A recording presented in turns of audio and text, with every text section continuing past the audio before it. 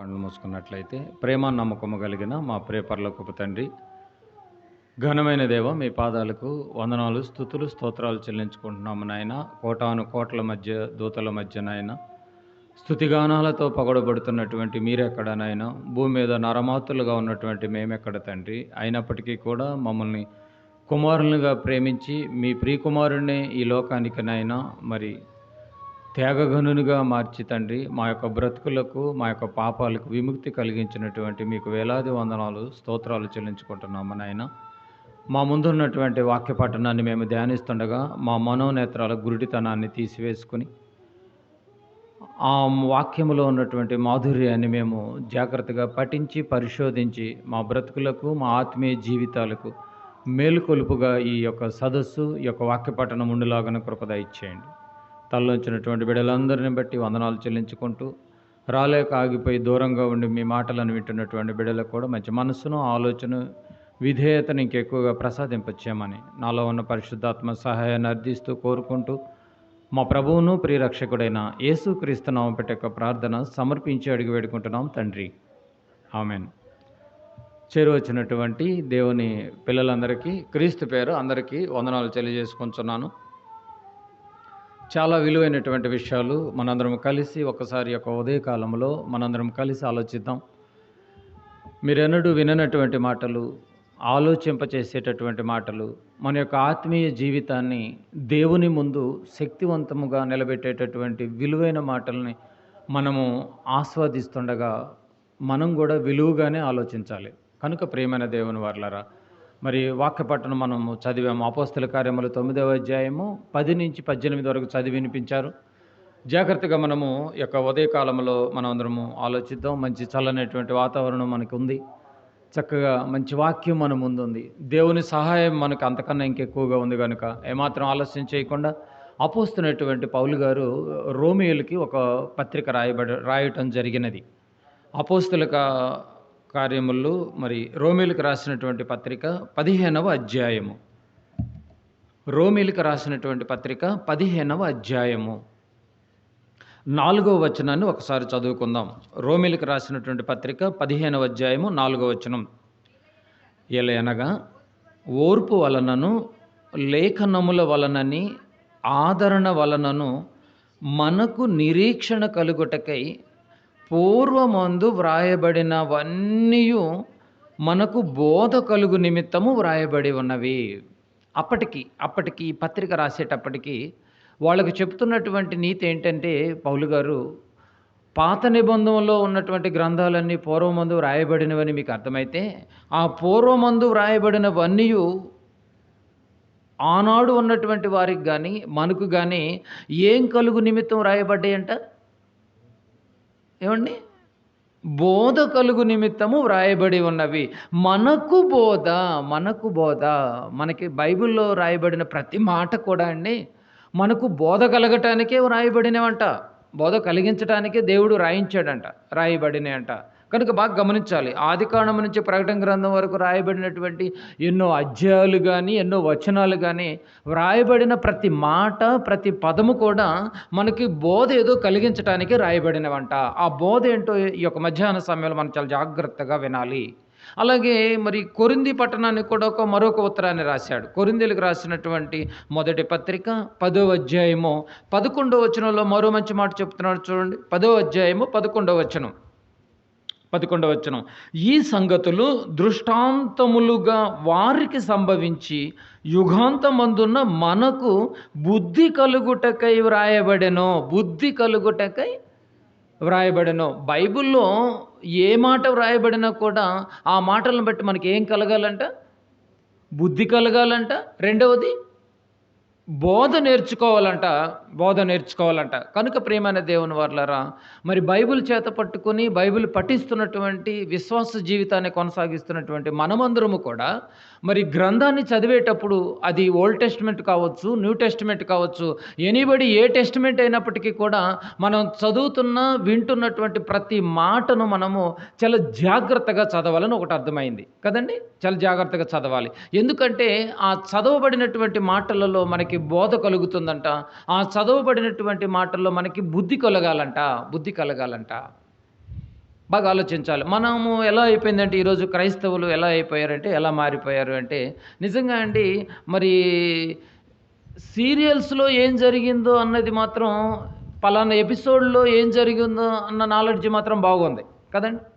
పలానా మరి 77 ఎపిసోడ్‌లో ఏం జరిగిందక్క అంటే దానికి వివరణ ఇచ్చటానికి రెడీగా ఉన్నారు ఈరోజు. కదండీ! పలానా సినిమాలో హీరో ఎవరు? పలానా మూవీలో అంటే ఆ హీరో పేరు చెప్పటానికి కూడా మనం సిద్ధంగానే ఉంటున్నాం. ఇది క్రైస్తవుల గురించే. ఆ సినిమాలో, ఆ మూవీలో ఈ పాట ఏ మూవీది అని ఒకవేళ ప్రశ్నిస్తే క్రైస్తవుల్ని టక్కున సమాధానం చెప్పే అంత గొప్ప నాలెడ్జ్ సంపాదించారు. కదండీ! అంత గొప్ప నాలెడ్జ్ సంపాదించారు. కానీ లాస్ట్ వీక్ ఏం చెప్పారు మీ సేవకుడు అని చెప్తే మాత్రం నీళ్లు నవ్వులుతారు. నిజమా కాదా మీరు చెప్పాలి. కదండి! లాస్ట్ వీక్ జరిగిందే చెప్పలేని నీవు ఎన్నో సంవత్సరాల నుంచి నువ్వు వింటున్నావు కదా దేవుడి మాటలు. నీకు బోధ అనిపించలేదా? బుద్ధి కలగలేదా? బైబిల్‌లో రాయబడిన ప్రతి మాట మనకి బోధ కలగాలంట, బుద్ధి నేర్పించాలంట. బుద్ధి నేర్పించాలంట. కనుక బైబిల్‌ని వింటున్న మనము, బైబిల్‌ని చదువుతున్న మనము ఎప్పుడైనా చాలా జాగ్రత్తగా వినాలండి. చాలా జాగ్రత్తగా వినాలి. ఎమ్మటే బైబిల్ తెచ్చుకోవాలి. ప్రతి మాటను చాలా జాగ్రత్తగా వినాలి. బైబిల్ యొక్క నాలెడ్జ్‌ని పెంచుకోవాలి మనం. అప్పుడే మనము దేవుని యొక్క మనస్సును కైవసం చేసుకోవచ్చు. దేవుని మనసుకు దగ్గర అవ్వటానికి అవకాశాలు పుష్కలంగా ఉంటాయి. కనుక ప్రియమైన దేవుని వారలారా, ఎప్పుడు ఎక్కడ ఎలా చెప్పబడినా కూడా ఆ చెప్పబడుతున్నటువంటి రీతులు ఏదైనప్పటికీ కావచ్చు, సందర్భాలు ఆ సందర్భాల్లో ఉన్నటువంటి ఆంతర్యాన్ని మనం చాలా పఠించాలి. మనకి బోధ నేర్పిస్తదంట. మనకి బుద్ధి నేర్పిస్తదంట. రోమీయులకు రాసినటువంటి పత్రిక. మరో మాట చూద్దాం. రోమీయులకు రాసినటువంటి పత్రిక మీరు ఎప్పుడైనా సంఘానికి వచ్చేటప్పుడు, మందిరానికి వచ్చేటప్పుడు ఈ మాట మీకు బాగా గుర్తుండాలండి. ప్రతి సదస్సులో కూడా ప్రతి క్రైస్తవ సంఘాలలో నేర్పించాల్సినటువంటి, గుర్తించవలసినటువంటి రిఫరెన్స్ ఏదైనా ఉంది అంటే ఇదేనండి. రోమీయులకు రాసినటువంటి పత్రిక 2వ అధ్యాయము 13వ వచనము. ధర్మశాస్త్రము వినువారు దేవుని దృష్టికి నీతిమంతులు కారు గాని ఏమండి, వినువారు నీతిమంతులు కారంట. బాగా గమనించాలి. నేను ప్రతి సదస్సుకు అటెండ్ అవుతానండి. ఏ సదస్సును కూడా నేను మరి మానివేయనండి. రెగ్యులర్గా అటెండెన్స్ ఉంటుందని ఒకవేళ నువ్వు అనుకుంటే, కేవలం వినేవారు నీతిమంతులు కాలేరు. మరి ఎవరు నీతిమంతులు? ధర్మశాస్త్రమును అనుసరించి ప్రవర్తించు వారే. ఉంది చూడండి అక్కడ. ప్రవర్తించిన వారే నీతిమంతులుగా ఎంచబడుదురు. ఆ నీతిమంతులకే రేపు పరలోకం. కనుక ప్రియమైన దేవుని వారలారా, మీరు ఏ సదస్సుకు వచ్చినా దయచేసి వినటానికి పొరపాటు కూడా రాకండి. దేనికి రావాలి? ఏదైతే నువ్వు విన్నావో ఆ విన్నదాన్ని జాగ్రత్తగా పాటించి, అనుసరించి ప్రవర్తించటానికే మనం రావాలి. ఆ వచ్చినటువంటి వాళ్ళే రేపు నీతిమంతులుగా ఎంచబడుదురు. వారిదే రేపు పరలోకం. కనుక ప్రియమైన దేవుని వారలారా, ఏ విషయంలోనైనా అజాగ్రత్తగా ఉండొచ్చేమో కానీ వాక్యం విషయంలో మాత్రము అజాగ్రత్తగా ఉండకండి. వినటం వల్ల ఉపయోగం లేదు. వినటం వల్ల నువ్వు నీతిమంతుడు కాలేవు. నువ్వు ఇంకా అనీతిమంతుడివే వినటానికి ఒకవేళ వస్తుంటే స్టిల్ నేటికి. కనుక వినటం కోసం దయచేసి మందిరానికి ఎప్పుడు రాకండి. వినటం కోసం దయచేసి ఆలయానికి ఎప్పుడు రాకండి. దేనికి రావాలి? మీరేమనుకున్నా పర్లేదు కానీ మీరు పాటించటానికే రావాలి. ఆచరించటానికే మీరు అడుగులు వేయాలి తప్ప, ఆచరించి దేవుని కోసం బ్రతకటం కోసమే మీరు బైబిల్ పట్టాలి తప్ప, ఏమండి కేవలం వినువారు మాత్రమేంటి మిమ్మల్ని మీరు మోసపుచ్చుకుంటారని యాకోబు పత్రికలో కూడా ఉంటుంది కదండి. కనుక దయచేసి మీరు వినే విషయంలో మాత్రం చాలా జాగ్రత్తగా వినాలి. ఆ విన్న దాన్ని బట్టి మీరు చాలా జాగ్రత్తగా బ్రతకాలని నాకు మన అందరికీ చెప్తుంది బైబిల్. కనుక ఈరోజు చదవబడినటువంటి వాక్య భాగంలో నుంచి, ఆ యొక్క వాక్య పఠనములో నుంచి మనము మరి నేర్చుకోవాల్సినటువంటి ఆత్మీయ జీవితాలు ఏమైనా ఉన్నాయా? ఒకవేళ కేవలం వినటానికి వస్తే మాత్రం మీరు ఈ యొక్క పాఠం మీకు అర్థం కాదు. కనుక ఏదైతే ఈరోజు కొన్ని విషయాలు మనం ఆలోచిద్దాం. ఈ చదవబడినటువంటి యొక్క వచనాలని మనము 5 భాగాలుగా విడదీద్దాం. ఈ 5 భాగాల ద్వారా మనము ఏమి నేర్చుకోవాలన్నది నేర్చుకుందాం. ఆ నేర్చుకున్న దాన్ని బట్టి ఈరోజు దేవుని ముందు మనము నిజంగా అండి గొప్పగా నిలబడదాం. ఓకేనా? అందరూ సిద్ధమేనా? బాగా ఆలోచిద్దాం. ఏం చదివాము? అపోస్తుల కార్యములు 9వ అధ్యాయము. అపోస్తుల కార్యములు 9వ అధ్యాయము 10వ వచనాన్ని ఒకసారి చదవండి. బాగా ఆలోచించాలి, అన్నీ మర్చిపోవాలి మీరు. అపోస్తుల కార్యములు 9వ అధ్యాయము 10వ వచనం. దమస్కులో అననీయ అను ఒక శిష్యుడు ఉన్నాడు. ప్రభు దర్శనమందు అననీయ, ప్రభు దర్శనమందు అననీయ అని పిలుస్తున్నాడు ప్రభు దర్శనంలో. అప్పుడు అననీయ అంటున్నాడు అని అతనిని పిలువగా అతడు, ప్రభువా ఇదిగో నేనున్నానా నేను. ఆ మాట ఎంత బాగుందండి అసలు ఏంటంటేనే. అననీయ ఏమంటున్నాడు ప్రభు దర్శనంలో కనిపిస్తే? ఇదిగో నేనున్నాను. ఎంత దేవునికి, యేసు ప్రభుల వారికి ఎంత భరోసా ఇస్తున్నాడు చూడండి. నేనున్నాను ప్రభువా. పిలిచిన వెంటనే సుమా, ఏమాత్రం ఆలస్యం చేయలేదు. పిలిచిన వెంటనే ఇదిగో అతన్ని పిలిచిన పిలుపుని బట్టి అందుకు ప్రభువా ఇదిగో నేనున్నాను. ఏమండి నిజంగా అండి, అప్పటికే యేసు ప్రభుల వారిని చాలామంది చూద్దామని ట్రై చేశారు. చాలామంది అప్పటికి ప్రభుల వారు చెప్పినటువంటి బోధను మాటలను చాలామంది విందామని ప్రయత్నం చేశారు కానీ వినలేకపోయారు. ఆ రోజు చూద్దామని ప్రయత్నం చేశారు కానీ చూడలేకపోయారు. కానీ అననీయ విషయంలో ఏమంటున్నాడు? పిలిచిన వెంటనే ఇదిగో ప్రభువా నేనున్నాను. అండర్లైన్ చేసుకోవాలి ఆ పదాన్ని. నేనున్నాను. అది మనకెందుకు చెప్తున్నాడు? పూర్వమందు రాయబడినటువంటి బైబిల్లో ఉన్న ఏ సంగతులైనా దృష్టాంతములుగా మనకు బుద్ధి కలగాలి. నంబర్ 2, బోధ నేర్పిస్తుంది. మరి ఈరోజు నేటి దినాన మనము చదవబడిన వాక్యపాఠంలో మరి అననీయ మనకి ఏం బోధ నేర్పిస్తున్నాడో, మరి ఏం బుద్ధి చెప్పాలనుకుని ఈ యొక్క మధ్యాహ్న సమయంలో అనయ్య మన ముందు ఎందుకు నిలబడ్డాడు చూద్దామండి. ఈరోజు చాలా జాగ్రత్తగా ఆలోచిద్దాం. మత్తయి సువార్త 13వ అధ్యాయము 17వ వచనం. మత్తయి సువార్త 13వ అధ్యాయము 17వ వచనాన్ని చదివి ముందుకు వెళదాం. 13వ అధ్యాయం 17వ వచనం. అనేక ప్రవర్తలను నీతిమంతులను మీరు చూచు వాటిని చూడగోరియు చూడకపోయిరి, మీరు విను వాటిని వినకపోయిరని మీతో నిశ్చయముగా చెప్తున్నారు. చాలామంది వినాలనుకున్నారంట యేసు ప్రభు మాటలు, కానీ ఎవరు? ప్రవక్తలు అన్నవాళ్ళు వినలేకపోయారంట. నీతిమంతులు అన్నవాళ్ళు కూడా ప్రభు మాటలు వినలేకపోయారంట. నీతిమంతులు అన్నవాళ్ళు, ప్రవక్తలు అన్నవాళ్ళు ప్రభువును చూద్దామని ప్రయత్నం చేశారంట, కానీ ఆ కాలంలో వాళ్ళకి ఏమీ దొరకలేదు, దక్కలేదు, చూడలేకపోయారు. బాగా గమనించలేదు, చూడలేకపోయారు. ఏమండి, ప్రభులు వారిని చూసే అధికారము ఆ తరానికి వచ్చింది. కానీ ఏమండి, అందరూ కూడా తర్వాత శిష్యులు అన్నటువంటి వారు చనిపోయారు, తర్వాత వెళ్ళిపోయారు. శిష్యులకే కొంతవరకు దక్కింది ప్రభువుని చూసేటటువంటి అవకాశం. కానీ శిష్యులు వెళ్ళిపోయిన తర్వాత ఒకే ఒకరికి దక్కింది ఆ అవకాశం. ఎవరికి? అననీయకు దక్కిందండి. ఆ అననీయ పిలిచిన వెంటనే, యేసుప్రభులు వారు పిలిచిన వెంటనే ఏమంటున్నాడు? ఇదిగో నేనున్నాను. ఏమంటే, ఒక దేవుడికి భరోసా ఇవ్వటం అంటే మామూలు విషయం అండి. ఇదిగో నేనున్నాను అంటున్నాడు. ఏమండి, బైబిల్లో సౌలు అనే ఒక మంచి మూర్ఖుడు ఉన్నాడండి. ఎవరైనా?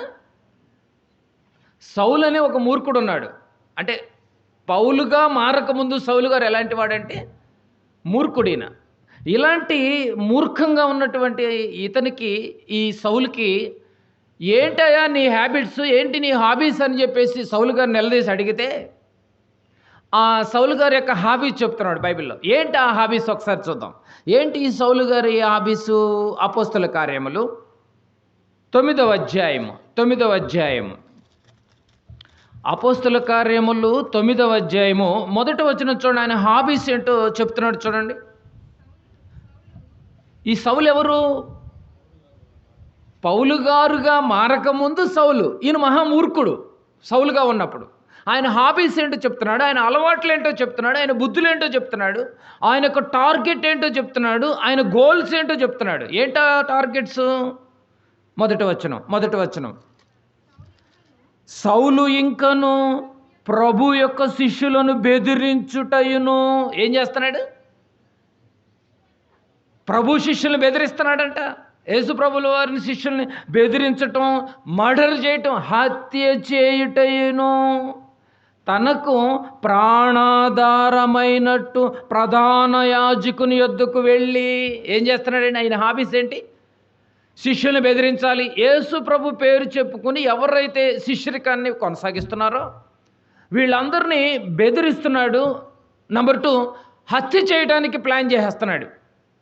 దీనికి ప్రధాన యాజకుల దగ్గరికి వెళ్ళి ఏం చేస్తున్నాడు? పైగా ఒక తాకీతు పత్రాన్ని తెచ్చుకున్నాడు. ఎక్కడ ఎవరు ఏమంటానికి రైట్స్ లేవు. ఆ పత్రం చేతిలో ఉంటే ఏమండి, ఆ యొక్క పత్రము ఆ పర్మిషన్ ఏమండి చేతిలో ఉంటే ఎవరు పట్టుకోవడానికి రైట్స్ కూడా లేవు. ఆ ఉత్తర్వు జారీ తీసుకున్నాడు, గుర్రాన్ని ఎక్కాడు. ప్రభు శిష్యుడు అన్నటువంటి వాళ్ళందరినీ బెదిరించటము, ఏమండి మర్డర్ చేయటం అన్నటువంటి టార్గెట్ పెట్టుకుని బతకటమే నా హాబీస్ అంటున్నాడు. ఎవరైనా? సౌలు గారు. అసలు ఆయన పట్టుకునేటటువంటి పరిస్థితులు అసలు ఎవరికి లేవు. క్రైస్తవుడు అన్నటువంటి వాడిని సర్వనాశనం చేయటమే నా గోల్ అంటున్నాడండి. ఎవరు? సౌలు గారు. బాగా ఆలోచించాలి మీరు. రెండవ వచనం ఇంకేం చెప్తున్నాడు చూడండి. ఈ మార్గమందున్న పురుషులనైనను. ఏ మార్గం? యేసు ప్రభు పేరు చెప్పి ఎవరైతే ప్రార్థనల పేరిట, సంఘాల పేరిట, సంస్థల పేరిట ఎవరైతే ఆయన పేరు చెప్పుకొని రక్షణలోకి రావటమో, మారు మనసు పొందటమో, బాప్తిసం తీసుకోవటమో, ఎవరైతే ఆయన పేరు చెప్పుకొని బతుకుతున్నారో, ఎవరైతే స్వస్థతలు పొందుతున్నారో వీళ్ళందరూ పేరు చెబితేనే చాలండి బాబు. ఏం చేస్తున్నాడు? ఈ మార్గమందున్న పురుషులనైనను. ఏమండి, స్త్రీలనే కనికరం కూడా లేదండి బాబు ఈ సౌలుకి. స్త్రీలనైనను కనుగొనిన ఎడల వారిని బంధించి యెరూషలేమునకు తీసుకొని వచ్చుటకు దమస్కులోని సమాజముల వారికి పత్రికలిమ్మని అడిగాను. పర్మిషన్ నాకు ఇవ్వండి. ఏమండి, రోమా ప్రభుత్వపు ఆర్డర్ ఇవ్వమంటున్నాడు. ఆ ఆర్డర్ తీసుకుని నేను బయలుదేరుతాను. ఎవరినైనా క్రైస్తవుడు అన్నటువంటి వాడిని నేను సర్వనాశనం చేస్తానని చెప్పి బయలుదేరాడు. కుటుంబాలని వదలనంటున్నాడు, స్త్రీలను వదలనంటున్నాడు, పురుషులను వదలనంటున్నాడు. ఏకంగా మర్డర్ చేయడానికే డిసైడ్ అయిపోయాడు. బైబిల్లోని చూడాలి మీరు ఇవన్నీ.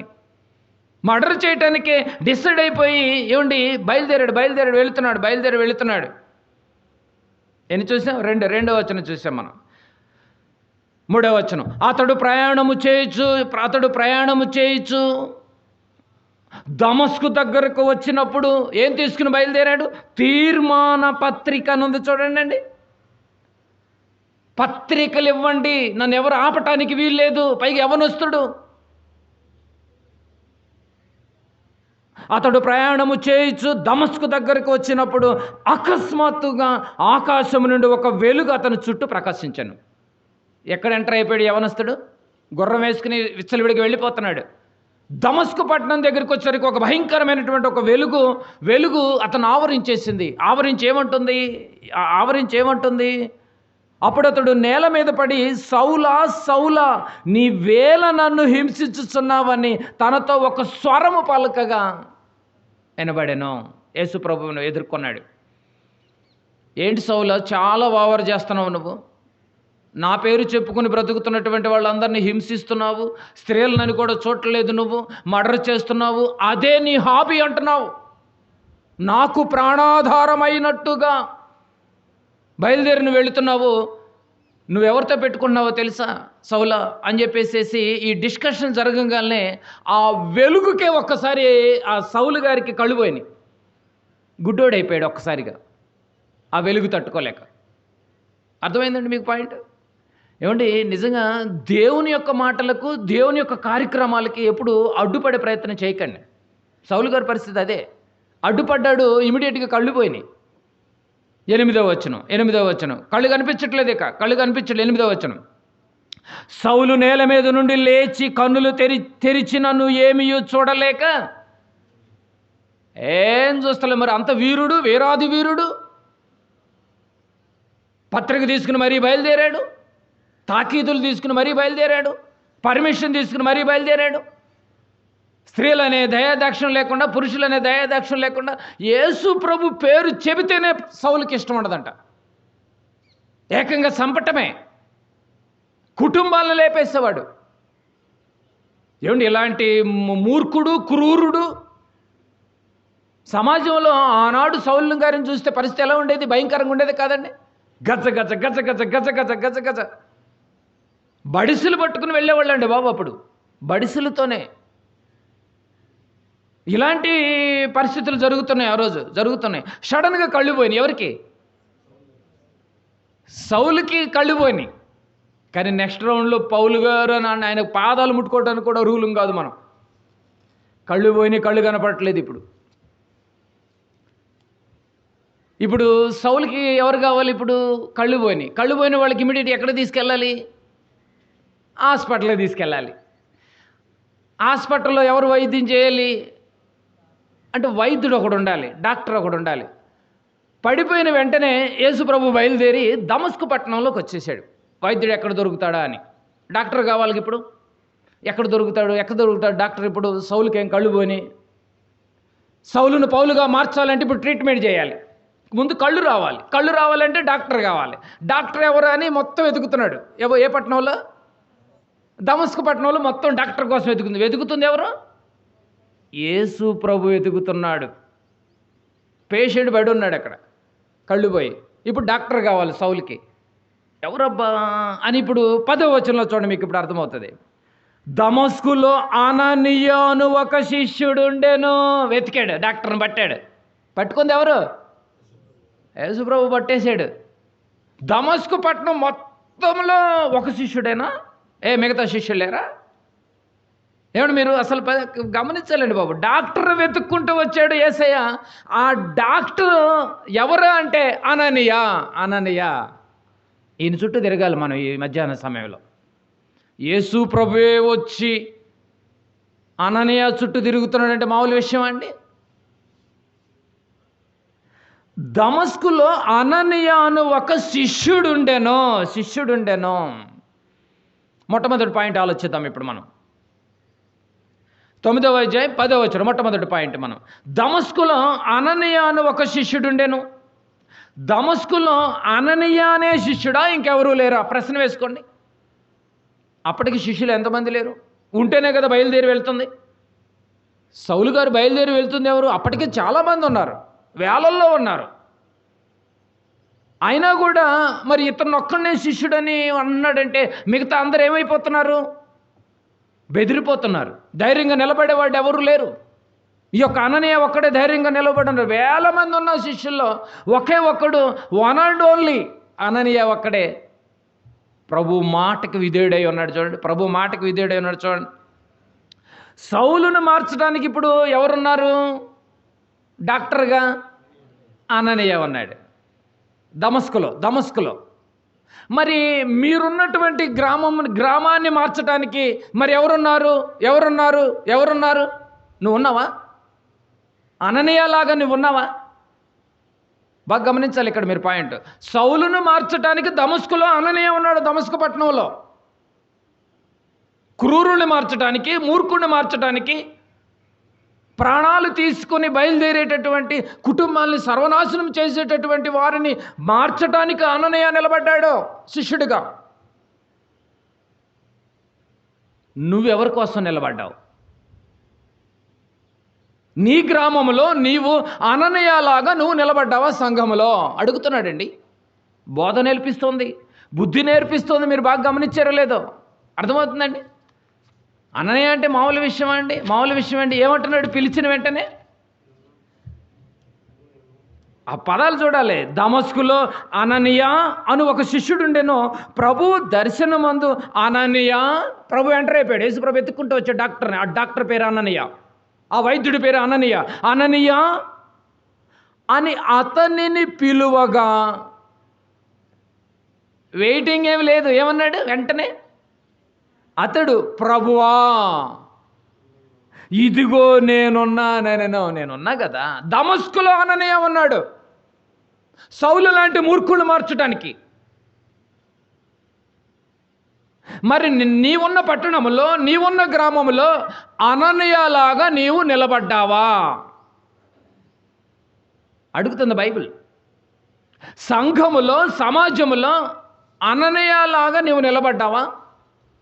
ఏమండి, సౌలు లాంటి వాళ్ళు చాలామంది ఉన్నారు సంఘాల్లో, సమాజంలో కూడా చాలామంది ఉన్నారు. అసలు ఈయన ఎలాంటి వాడంటే, ఎలాంటి వాడిని మారుస్తున్నాడో తెలుసా అండి? 8వ అధ్యాయం చూడండి, అపోస్తల కార్యములు 8వ అధ్యాయం 3వ వచనం చూడండి. సౌలైతే ఇంటింటా జొచ్చి పురుషులను స్త్రీలను ఈడ్చుకొని పోయి, ఏంటి కుక్కలను చనిపోతే ఈడ్చుకుని పోతారు చూసి తాడుగట్టి, స్త్రీలని అలాగే ఈడుస్తున్నాడు, పురుషులను కూడా అలాగే ఈడ్చుకున్నాడు. ఈడ్చుకొని పోయి చెరసాలలో వేయించి సంఘమును పాడు చేయుచుండెను. ఏమండి, బహిరంగ ఓపెన్గా. పైగా ఏం తెచ్చుకున్నాడు? పర్మిషన్ తెచ్చుకున్నాడు. ప్రధానుల దగ్గర నుంచి పర్మిషన్ తెచ్చుకొని స్త్రీలను, పురుషులను, కుటుంబాలని రోడ్డును పడి ఈడుస్తున్నాడు. ఈడ్చుకుంటూ తీసుకెళ్ళి జైల్లో పడేస్తున్నాడు, చెరసాల్లో.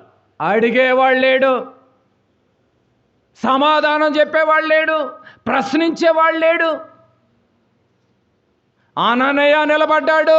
అలాంటి వ్యక్తిని మార్చడానికి ఇప్పుడు ఎవరున్నారు? అననీయ రెడీగా ఉన్నాడండి. పిలిచిన వెంటనే ధైర్యముగా బాగా గమనించాలి. సౌలు లాంటి వాడు సంఘానికి ఒకడన్నా ఉండుంటాడు ఖచ్చితంగా. వాక్యానికి అడ్డుపడేవాడు, వాక్యాన్ని ఆపమనేవాడు, డిస్టర్బ్ చేస్తున్నవాడు,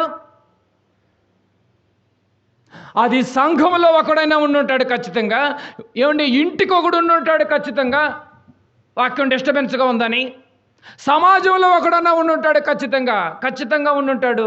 ఊరికి ఒకడు ఉంటాడు వాక్యానికి అడ్డుపడేవాడు. వీళ్ళందరినీ మార్చడానికి ఒకనాడు అననీయ ఉన్నాడు దమస్కులో. నీ గ్రామంలో నువ్వేమైనా నిలబడగలవా? ఇదిగో నా శిష్యుడు నిలబడ్డాడు అననీయ, నీవు కూడా శిష్యుడవైతే, నీవు కూడా నా రక్తంలో కడగబడ్డవాడివైతే ధైర్యముగా నువ్వు నిలబడగలవా? వాడు అవసరమైతే ప్రాణాలు తీస్తాడు, ఈడ్చుకుని పోతాడు, చెరసాల్లో వేస్తాడు. అయినా కూడా అననీయ ధైర్యంగా నిలబడ్డాడు. పిరికివాడిగా కాదు అననీయ, పిరికివాడి కాదు. నువ్వు నేను పిరికివాడిగా ఉన్నామేమో ఈరోజు. ఎవరో ఏదో చెప్పంగానే ఆగిపోయే నీవు అననీయ కాలి గోటికి పనికొస్తావండి?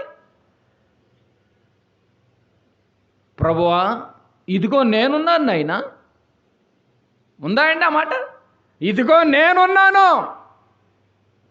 అయ్యా, మరి సౌలును ఎదుర్కోవటం అంత ఈజీ కాదు నాయనా. ఆయన చంపేస్తాడు, జైలుకి ఈడుస్తాడు, మర్డర్ చేస్తాడు, పర్మిషన్ తెచ్చుకున్నాడు. మరి నువ్వు సిద్ధం? నేనున్నాగా నాయనా, నీకెందుకు? నేను దమస్కులో ఉందే ప్రభువా, నీ పిలుపు కోసం నేను నిలబడ్డాను, ఎప్పుడు పిలుస్తావా అని. మొదటి పాయింట్లో నిన్ను ధైర్యవంతుడిని చేస్తాను చూడండి. ఆత్మీయ జీవితం, నువ్వు పిరికివాడిగా ఉన్నావేమో. అననీయ ధైర్యంగా నిలబడ్డాడు, ప్రాణాలకు తెగించి. ఈరోజు ఎవరో ఏదో చెప్పేసి ఆ ప్రార్థనకి వెళ్ళొద్దనగాలని వాగిపోతున్నావే. మనిషి మాట ప్రాణం పోసిన ఆయన అడుగుతున్నాడు. దమస్కులో ఒక అననీయ శిష్యుడున్నాడు. నువ్వేమైనా మార్చగలవా ఇలాంటి మూర్ఖుల్ని? అననీయ మార్చడానికి సిద్ధంగా ఉన్నాడు. చావుకోవడం కూడా వెనకాడట్లేదు. సంఘానికి నీవు అననీయ కాగలవా? కుటుంబానికి నువ్వు అననీయలాగా నిలబడగలవా? సమాజంలో నువ్వు అననీయలాగా నిలబడగలవా? నీ విశ్వాస జీవితంలో ధైర్యంగా ఒక అననీయలాగా నిలబడగలవా నువ్వు ఎదుర్కోవటానికి? లేకపోతే మూర్ఖంగా వక్రంగా సౌలులాగా తయారవుతావేమో. ఇలాంటి వాళ్లను నోరు మూయించటానికి ఒకనాడు అననీయ ఉన్నాడు. ఈరోజు అననీయ వాళ్ళు లేరండి, చచ్చిపోయారండి. పేరుకు మాత్రం జీవించుచున్నానన్న పేరు మాత్రం ఉంది, కానీ అందరూ మృతుల్లాగా అయిపోయారు. అననీయాలు లేరు ఈరోజు, సౌలులు ఎక్కువైపోయారు. ఇది బుద్ధి కాదంటారా?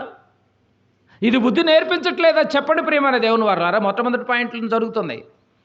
ఇది బోధ నేర్పించట్లేదా నీకు నీ విశ్వాస జీవితానికి? అననీయ దమస్కులో ఉన్నాడు, మూర్ఖుణ్ణి మార్చడానికి రెడీగా ఉన్నాడు, ప్రాణాలకి తెగించి రెడీగా ఉన్నాడు. కుటుంబం రోడ్డును పడ్డా, జైలుకు విడిచిన నేనున్నానన్నాడు. నేను చదువుకున్నామండి ఏ రోజు అన్నిట్లా? ఏ రోజైనా చదువుకున్నామండి? ఒక్కసారి మీరు గమనించాలి. హెబ్రీయులకు రాసినటువంటి పత్రిక 10వ అధ్యాయము 25వ వచనం చూడండి. హెబ్రీయులకు రాసినటువంటి పత్రిక 10వ అధ్యాయము 25వ వచనం కూడా చదువుకుందాం. ఎంత గొప్ప మాట ఆత్మీయ జీవితంలో మన ఆత్మీయ జీవితాన్ని నిలబెట్టే మాటలు ఇవి. 25వ వచనం 10:25. కొందరు మానుకొనుచున్నట్టుగా సమాజముగా కూడుట మానక ఒకనికొకడు హెచ్చరించుచు ఆ దినము సమీపించుట మీరు చూసిన కొలది, మరి ఎక్కువగా అలాగు చేయిచు ప్రేమ చూపుటకును. వాడు మూర్ఖుడని నీకు తెలుసు, వాడు అడ్డుపడతాడని నీకు తెలుసు. సౌలు గారు సమాజంలో, సంఘములో శిష్యుడు అన్న వాళ్ళని చంపుతున్నాడని తెలుసు, మర్డర్ చేస్తున్నాడని తెలుసు. అయినా కూడా అననీయ ప్రేమ చూపించటానికి సిద్ధమైపోయాడు. చూడండి, ఏమన్నా అండి? ప్రేమ చూపటానికి సిద్ధమైపోయాడు. సత్కార్యములు చేయుటకు ఒకరినొకడు పురికొల్పుకోమంటున్నాడు. సత్కార్యములు చేయుటకు. ఇలాంటి మూర్ఖుల్ని మార్చడానికే సదస్సులు ఎక్కువగా జరగాలి, వాక్యపు క్రియలు ఎక్కువగా జరుగుతూ ఉండాలి. ఒక అననీయ చేసింది అదే. అననీయ నిలబడిపోయాడు, ప్రేమ చూపిస్తున్నాడు. ఏమండి, ఒక పోటీతత్వాన్ని పెట్టుకోవాలి మనం. ఎలాంటి పోటీయో తెలుసా?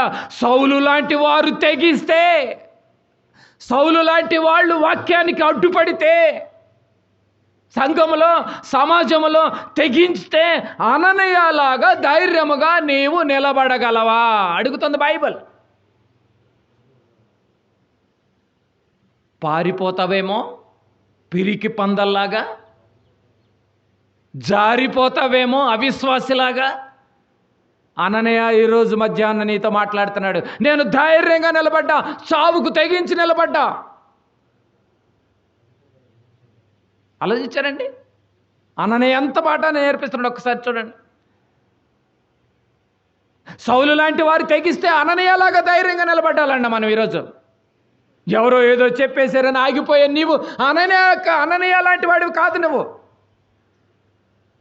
అడ్డుపడేటటువంటి వాడు, సౌలు లాంటి క్యారెక్టర్ గల్లవాడు. ప్రతి సంఘానికి ఇలాంటి జాడ్యం పట్టినవాడు ఒకడు ఉంటాడు. ప్రతి ఇంటికి ఒకడు ఉంటాడు, ప్రతి సమాజంలో ఒకడు ఉంటాడు, ప్రతి వీధికి ఒకడు ఉంటాడు. పారిపోయేవాడు కాదండి అననీయ. సౌలును మార్చే శక్తి దేవునికి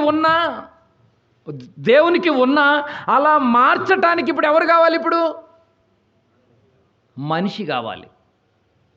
ఆ మనిషి నేనంటున్నాడు అననీయ. నేనున్నాను నాయన. మరి నువ్వు వెళతావా? మరి నువ్వు కూడా అలా నిలబడగలవా?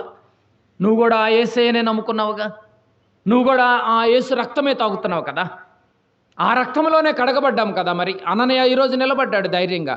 నీవు నిలబడగలవా ధైర్యంగా? ప్రాణాలకి తెగించి నువ్వు నిలబడగలవా? పిరికి పందలాగా జారిపోయేవేమో. అననీయాన్ని చూసి నువ్వు బుద్ధి తెచ్చుకోవాలి. అననీయ నీకు బుద్ధి నేర్పుతున్నాడు, బోధ నేర్పుతున్నాడు. ఈరోజు సంఘాలలో అననీయలా మారిన వారు ఉన్నారా? సౌలులా తయారైన వాళ్ళు ఉన్నారు? మీరు చెప్పండి.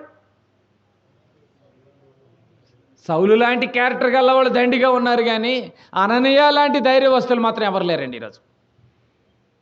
అందుకే బైబిల్లో అననీయ పేరు మారుమోగిపోతుంది. ఏమండి, నిజంగా అండి, నేనున్నాను అన్న మాట దేవుడికి మహా ఇష్టం అండి బాబు. నేనున్నాను అన్న మాట నీ నోటమ్మటే వస్తే వెంటనే అసలు అన్నీ పక్కన పెట్టి ముందే నిన్ను ఇష్టపడతాడు ఫస్ట్. లోకసువార్త 10వ అధ్యాయం 2వ వచనం. లూకాసు వార్త 10వ అధ్యాయము 2వ వచనం చూడండి. లూకాసు వార్త 10వ అధ్యాయము 2వ వచనం. పంపినప్పుడు ఆయన వారితో ఇట్లా, నేను కోత విస్తారముగా ఉన్నది కానీ పనివారు కొద్ది మందియే. పనోళ్ళు కొద్ది మంది ఉంటారు, పనికి మాలినోళ్ళు బొచ్చెడు మంది ఉంటారు. అంతే కదండి. మీరు కూడా పనికి తీసుకెళ్ళేటప్పుడు పని చేసేటోళ్ళు ఒక 5గురే ఉంటారు. ఏ పని లేకుండా కొంగుచాటును అడ్డం పెట్టుకుని కోత కోయించుకోవటానికో, నూర్పించుకోవటానికో, పనులు ఎత్తించడానికో వాళ్ళని సైడ్ పెట్టుకుంటూ ఉంటారు చూడండి. పని చేయని వాళ్ళు 10 మంది ఉంటారు, పని వచ్చిన వాళ్ళు 2 ఉంటారు. కానీ అననీయలాగా పనిమంతుళ్ళు కొద్దిమందే ఉంటారంట. సౌలు లాంటి వాళ్ళు సంఘం నిండా వాళ్ళే ఉంటారు, సమాజం నిండా వాళ్ళే ఉంటారు. ఏమండి, అంతా వాళ్ళే పాకుపోయారు. అననీయలాగా నువ్వు ధైర్యంగా నిలబడగలవా? ఇదిగో నేనున్నాను, నీవు సిద్ధమా? అననీయలాగా పని చేయడానికి నువ్వు సిద్ధమా అడుగుతుందండి బైబిల్. 9వ అధ్యాయం 10వ వచనం మళ్ళీ చూడండి. అపోస్తల కార్యములు 9వ అధ్యాయం 10వ వచనం. మీకు ఇప్పుడు అర్థమైపోలే వాక్యపఠనం ఎందుకు చదివించామో దాంట్లో నా ఆంతర్యం ఏంటో మీకు అర్థమైపోవాలి. 9వ అధ్యాయం 10వ వచనం. దమస్కులో అననీయ అను ఒక శిష్యుడుండెను. ప్రభు దర్శనమందు అననీయా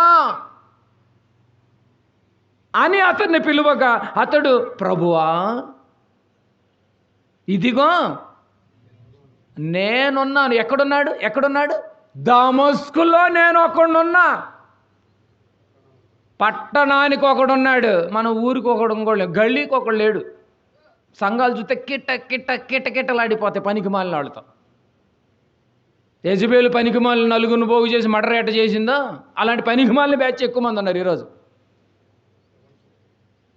ప్రపంచవ్యాప్తంగా. మ్యాక్సిమం బాగా ఆలోచించాలి. మీరు ఇవన్నీ బాగా ఆలోచించాలి.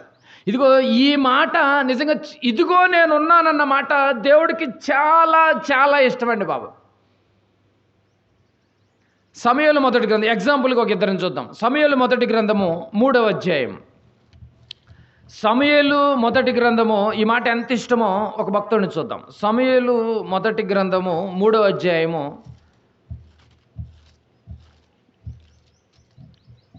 4వ వచనం చూడండి. 4వ వచనం, 3:4. దేవాలయంలో ఉంటున్నాడు అప్పటికే అన్న కుమారుడు సమూయేలు గారు. ఏలీ అనే యాజకుడి దగ్గర పెరుగుతున్నాడు. 4వ వచనం. యెహోవా సమూయేలును పిలిచాను. ఏమంటే ఫస్ట్సారి సమూయేలును పిలిచాడు, చిన్నవాడు పిలిచాడు, మొదటిసారి పిలిచాడు. తర్వాత 6వ వచనం చూడండి. యెహోవా మరలా సమూయేలుని పిలువగా సమూయేలు లేచి ఏలీ యొద్దకు పోయి, 2 సార్లు వెళ్ళాడు ఏలీ దగ్గరికి. ఏమన్నా పిలిచావా ప్రభువా అని, నా యజమానుడా నువ్వేమన్నా పిలిచావా నన్నని ఏలీ దగ్గరికి వెళ్ళాడు, యాజకుడి దగ్గరికి. 2 సార్లు కూడా నేను పిలవలేదన్నాడు. 8వ వచనం చూడండి. యెహోవా 3వ మారు సమూయేలును పిలువగా అతడు లేచి ఏలీ దగ్గరకు పోయి, చిత్తము నీవు నన్ను పిలిచితివే, ఇదిగో వచ్చితననగా ఏలీ యెహోవా బాలుని పిలిపించనని గ్రహించి, చూశారండి, సమూయేలుని ఏలీ దగ్గరికి 3 టైమ్స్ వెళ్ళాడు. పిలిచారా అని. 3 సార్లు కూడా ఏలీ ఏమన్నాడు? నేను పిలవలేదు పోయి పడుకో అన్నాడు చిన్నవాడిని సమూయేలుని. 9వ వచనం. నీవు పోయి పండుకొనుము, ఎవరైనా నిన్ను పిలిచిన ఎడల యెహోవా నీ దాసుడు ఆలకించుచున్నాడు.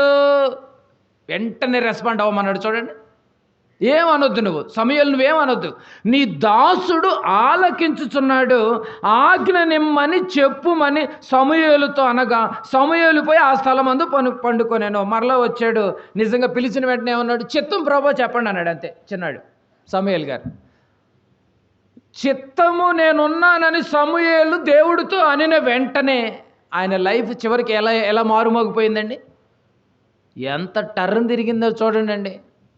నేనున్నాను అని నువ్వు కానీ కాడి భుజాన వేసుకుంటే సువార్త అనే కాడి నిన్ను ఒక రేంజ్లో తీసుకెళ్తాడు. అసలు నిన్ను ఎక్కడ పెడతాడో కూడా తెలియదు. సమూయేలుని అలా ఎక్కడ తీసుకెళ్ళి పెట్టాడు? ఇశ్రాయేలీయుల వంశంలో రాజును సెలెక్ట్ చేసే పరిస్థితి ఎవరికి ఇచ్చాడు? మొట్టమొదటి ప్రవక్త ఎవరు ఇశ్రాయేలుకి?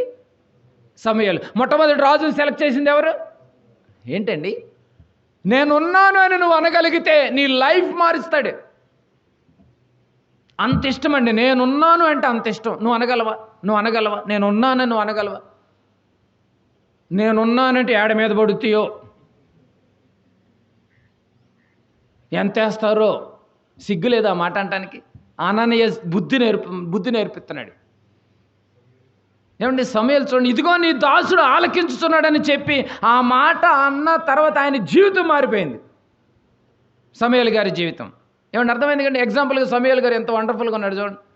మరో ఎగ్జాంపుల్ చూద్దాం. మరియ మీకు తెలియంది కాదు కదండి, యేసు ప్రభువుని కన్నటువంటి మరియ దగ్గరికి ఒకసారి మరో రెఫరెన్స్ చూద్దాం. లూకాసు వార్త మొదటి అధ్యాయం. లూకాసు వార్త మొదటి అధ్యాయము 38వ వచనం చూడండి. లూకాసు వార్త మొదటి అధ్యాయం 38వ వచనం. మొదటి అధ్యాయము 38వ వచనం. అప్పటికి ప్రభు దూత దర్శనములో రావటము, అమ్మ ఈ ప్రాబ్లమ్స్ అన్ని నువ్వు భరించాల్సిందే, వారేకము కాక మునిపే నీకు గర్భము ధరించాల్సి వస్తుంది, కనీకనే మరిక గర్భము ధరి కుమారుని కనబోతుంది, నువ్వు చాలా జాగ్రత్తగా ఉండాలి, దీని ఈ విషయంలో నువ్వు అన్నీ మరి కేర్ తీసుకోవాలని చెప్పేటప్పుడు 38లో చెప్తున్నాడు. అందుకు మరియా, ఇదిగో ప్రభువు దాసురాలను, ఓకే అని చెప్పేసిందని చూడండి. మరియా, ప్రభు దాసురాలను, నీ మాట చొప్పున నాకు జరుగునుగాక అనేను. ఏమన్నా అడ్డు చెప్పిందా అండి? నీ మాట చొప్పున నాకు జరుగునని చెప్పాను అనేను. అననయ అదే అంటున్నాడు, నేనున్నానంటున్నాడు. సమూయేలు కూడా దేవునితో ఆజ్ఞనిమ్ము చిత్తం ప్రభు అంటున్నాడు. మరి కూడా ఏమంటుంది? ఎలాంటి మాటలనైనా నేను భరించటానికి నేను సిద్ధంగా ఉన్నానని మరియ కూడా మాట్లాడుతుంది. చూడండి, ఇదిగో ప్రభువా నీ దాసురాలను, నీ మాట చొప్పున నాకు జరిగించు. ఏమండి, వివాహం కాకముందే ప్రెగ్నెంట్ రావటం అంటే మామూలు విషయం అండి? నాకు జరిగించు, నేను ఆ భారాన్ని మోయటాన్ని నేను సిద్ధంగా ఉన్నాను, ఆ అవమానాన్ని మోయటాన్ని నేను సిద్ధంగా ఉన్నాను, నాకు జరిగించు, నేనున్నాను. ఆలోచించాలి. మరి నువ్వు నిలబడగలవాలా? అననీయ కూడా అంటున్నాడు, ఇదిగో నేనున్నాను అంటున్నాడు. ఇప్పుడు దమస్కులో ఇదిగో నేనున్నాను అని అంటున్నాడు. నీవు అనగలవా అననీయలాగా ధైర్యంగా? ఉందా అండి ఈ ధైర్యం? ఉందా? అననీయ లాంటి ధైర్యం ఉందా అండి? ప్రాణాలకు తెగించే ధైర్యం, కుటుంబాలను పోగొట్టుకునేటటువంటి ధైర్యం, చెరసాలకు వేయించేటటువంటి ధైర్యం. మొట్టమొదటి పాయింట్ మనం గమనిస్తే, అననీయ లాంటి ధైర్యముగా దమస్కులో ఉన్నాడు. ఈ గ్రామంలో నువ్వు పిరికివాడుగా ఉన్నావేమో, అననీయాన్ని చూసి బుద్ధి తెచ్చుకోమంటున్నాడు ఈరోజు.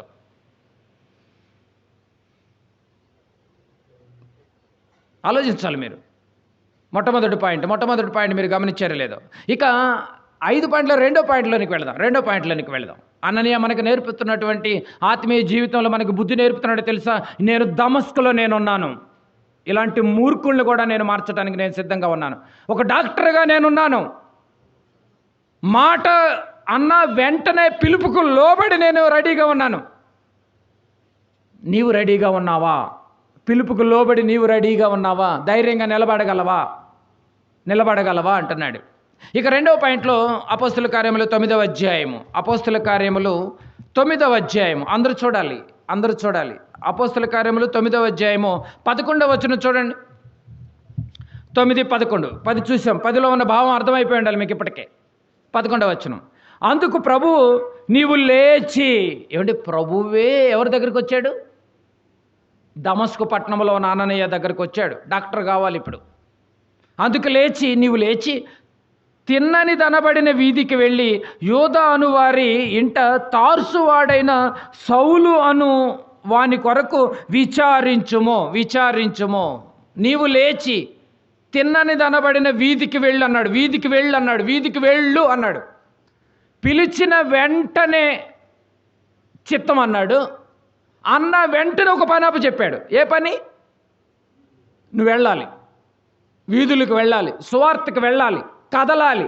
ఇంట్లో ఉంటానంటే కుదరదు. కదులు, వెళ్ళు వెళ్ళు వెళ్ళు అన్నాడండి. ఏమండి, దేవుడు ఏదైనా చెప్పినప్పుడు, బాగా గమనించాలి, దేవుడు ఏదైనా చెప్పినప్పుడు, దేవుడు ఏదైనా సెలవిచ్చినప్పుడు, దేవుడు ఏదైనా నీకు ఒక పని అప్పచెప్పినప్పుడు క్యాలిక్యులేషన్ వేసుకోకూడదు. మీరు మీ జీవితంలో గుర్తుపెట్టుకోండి. క్యాలిక్యులేషన్ అంటే లెక్కలు ఎప్పుడు పొరపాటు కూడా వేసుకోకూడదు. ఇది నేను చేయగలనా లేనా అని ఆలోచన కూడా చేయకూడదు. అంతే. నేను చేస్తానో చేయలేనో, అబ్బా ఎందుకులే మనకెందుకులే అన్న లెక్కలు కూడా వేసుకోకూడదండి. అంచనాలు కూడా వేయకూడదు. ఏమండి, చేస్తే ఎంత లాభం వచ్చుద్ది, చేయకపోతే ఎంత నష్టం వచ్చుద్ది అని ఇదే క్యాలిక్యులేషన్. ఈ క్యాలిక్యులేషన్ అననీయ వేయలేదు. ఏంటి, అననీయ ఏమైనా క్యాలిక్యులేషన్ వేసాడా? ప్రభువా నీ మట్టుకు నువ్వు చెప్తావు కానీ ఆయన అంత క్రూరుడో నీకు తెలుసా? కింద వచ్చిన అంటాడు, ఎంత హింసిస్తున్నాడో తెలుసా సంఘాలని అని ఏమన్నా ఎన్నో రకాలుగా నువ్వు అనకూడదు. ఇక క్యాలిక్యులేషన్ వేయకూడదు అంటున్నాడు. క్యాలిక్యులేషన్ వేయకూడదు అన్నాడు. అసలు నువ్వు భయపడకూడదు. ఫస్ట్ పాయింట్, తెగించి ఉండాలి. నువ్వు ఎలా ఉండాలో తెలుసు, తెగించి ఎలా ఉండాలో తెలుసు. అననీయ తెగించి నిలబడ్డాడు. పాత నిబంధనలో యెహోషువ గారు కనిపిస్తాడు చూడండి. యెహోషువ గ్రంథము 2వ పాయింట్లో ఉన్నాం మనం. యెహోషువ గ్రంథము 1వ అధ్యాయం. అప్పటికి మోషే గారు మరణించేశాడు. ఏం చేయాలో అర్థం కాని పరిస్థితుల్లో ఉన్న టైంలో మోషే గారి దగ్గర మరి నేర్చుకున్నటువంటి సేవా జీవితంలో నలిగినటువంటి యెహోషువ గారు కనిపిస్తాడు. అప్పుడు ఏం జరుగుతుందో చూడండి. 1వ అధ్యాయము 5-8 వచనాలు ఉంటుంది చూడండి. నెక్స్ట్ ఇప్పుడు యెహోషువ గారు రెడీగా ఉన్నారు. మోషే గారు మరణించిన తర్వాత 5-8 వచనాలు. నీవు బ్రతుకు దినములన్నిటను ఏ మనుష్యుడను నీ ఎదుట నిలవలేక యుండును, నేను మోషేకు తోడై ఉండినట్లు నీకును తోడై ఉందును, నిన్ను విడువను, నిన్ను ఎడబాయను, నిబ్బరము కలిగి ధైర్యముగా ఉండు. క్యాలిక్యులేషన్ పక్కన పడే ముందు అసలు అలాంటి లెక్కలు వేసుకోవద్దు ముందు. ఏమండి, ఈరోజు అన్ని లెక్కలేనండి బాబు. దేవుడు పిలిస్తే, వాక్యం ద్వారా దేవుడు నిన్ను పిలుస్తాడు. పిలిచినప్పుడు నువ్వు లెక్కలు వేసుకోకూడదు. నష్టం ఎంత లాభం ఎంత అని క్యాలిక్యులేషన్ వేసుకోకూడదు. అననీయ క్యాలిక్యులేషన్ వేయలేదు. ఒక యెహోషువ ఎలా నిలబడ్డాడు? నిబ్బరము కలిగి ధైర్యముగా ఉండే యెహోషువ. నేనున్నా కదా, నీకెందుకు టెన్షన్?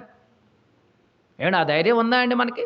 యెహోషువ లాంటి ధైర్యము, అననీయ లాంటి ధైర్యము ఉందా అండి ఈరోజు? ఆలోచించాలి. నిబ్బరము కలిగి ధైర్యంగా ఉండు, ప్రభువు నీకు తోడై ఉన్నాడని చెప్పాడు. నేనున్నా కదా, నీకెందుకు? తోడై ఉన్నానని ధైర్యంగా ఉండుమో. వారికిచ్చేదనని నేను వారి పితరులతో ప్రమాణము చేసిన ఈ దేశమును నిశ్చయముగా నీవు ఈ ప్రజల స్వాధీనము చేసేదవు. అయితే నీవు నిబ్బరము కలిగి జాగ్రత్త పడి బహుధైర్యముగా నుండి నా సేవకుడైన మోషే నీకు ఆజ్ఞాపించిన ధర్మశాస్త్రం అంతటి చొప్పున చేయవలెను. ఓవరాల్గా ఈ 3 వచనాల్లో ఒకటి కనిపిస్తుంది మనకి. నువ్వు ధైర్యంగా ఉండు, నిబ్బరముగా ఉండు, జాగ్రత్తగా ఉండు. నీ వెనక నేనున్నాను. ఏం క్యాలిక్యులేషన్ వేసుకోవాల్సినంత అవసరము లేదు. అననీయ క్యాలిక్యులేషన్ వేయలేదు. దిగు అంటే దిగేశాడు. అంతే, ప్రాణాలకు తెగించాడు. నేనున్నానన్నాడండి బాబు. నేనున్నానన్నటువంటి సమూయేలు లైఫ్ టర్నింగ్ ఎలా తిరిగింది?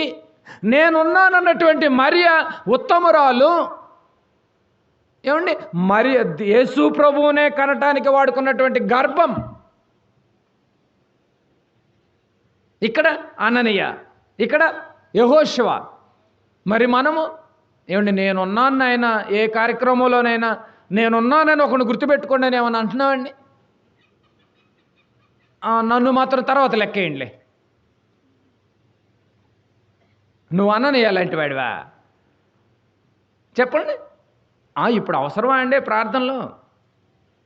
ఇప్పుడన్నా ఎండాకాలం పెట్టుకుంటారు కానీ ఇప్పుడేం ప్రార్థనలండి?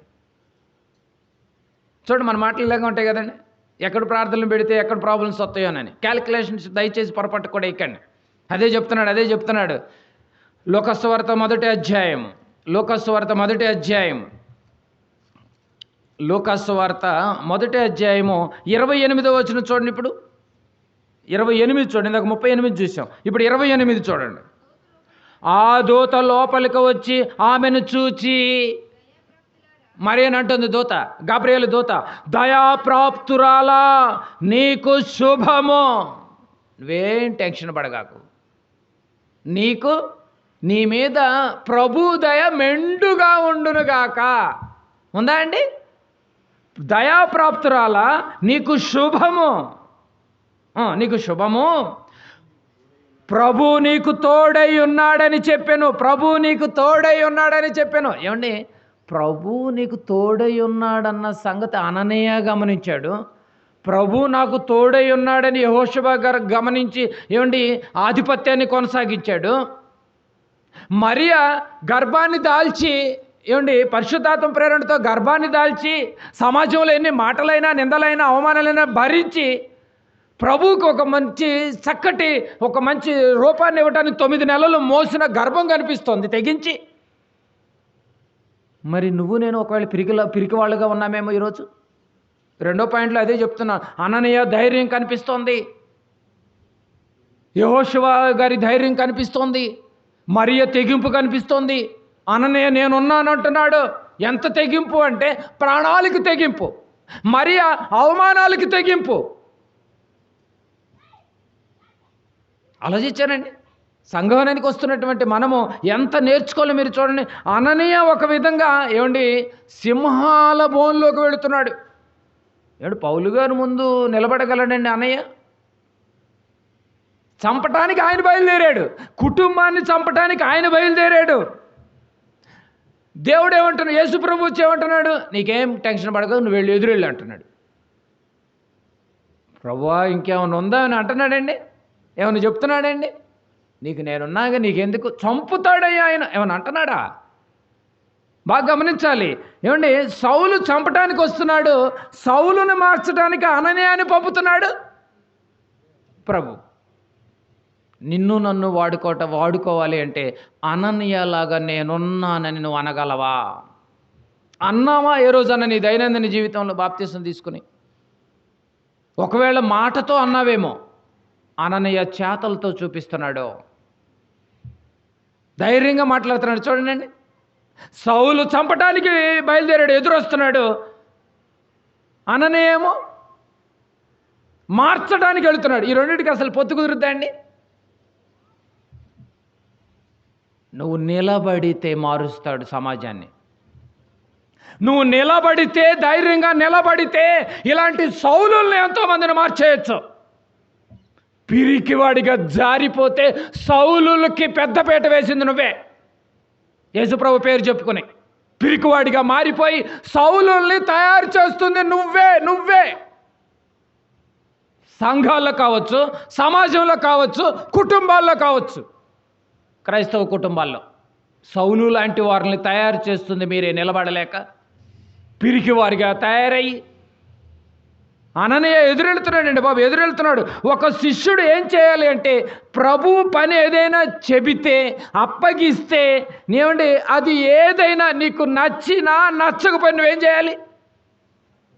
ఆ పని చేయాలి. అంతేక నాకు నచ్చలేదు ప్రభు, నాకు ఎల్లబుద్ధి వేయట్లేదు, ఈ మాటలు ప్రభు దగ్గర దయచేసి చెప్పకండి.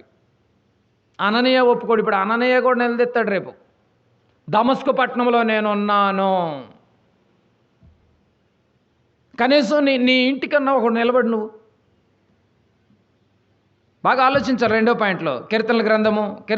ఏమండి శిష్యుడైనటువంటి వాడు ఎలా బ్రతకాలి? ఇప్పుడు మాట తప్పకుండా బ్రతకాలి. మాటిచ్చాం మనం కూడా. బాప్తీసం తీసుకున్న రోజు మాటిచ్చాం కదండి. మాటిచ్చి అడ్రస్ ఉండవండి బాబు. మళ్ళీ అడ్రస్ ఎత్తుక్కోవాలి, ఎక్కడెక్కడని. చూసారండి? అలా ఒకవేళ నువ్వు ఉంటే ఏమన్నా నిజంగా చాలా ప్రాబ్లమ్స్లో ఎదుర్కోవాల్సి వచ్చింది. మళ్ళీ చెప్తున్నాను, పర్టికులర్గా బాప్తీసం తీసుకున్నటువంటి వాళ్ళు. కీర్తనల గ్రంథము 15వ అధ్యాయము. 2వ పాయింట్లో ఉన్నాం మనం. కీర్తనల గ్రంథము 15వ అధ్యాయం చూడండి. 15వ అధ్యాయము ఎక్కడ చూస్తారు? మొదటి వచనం. 15వ అధ్యాయము మొదటి వచనం.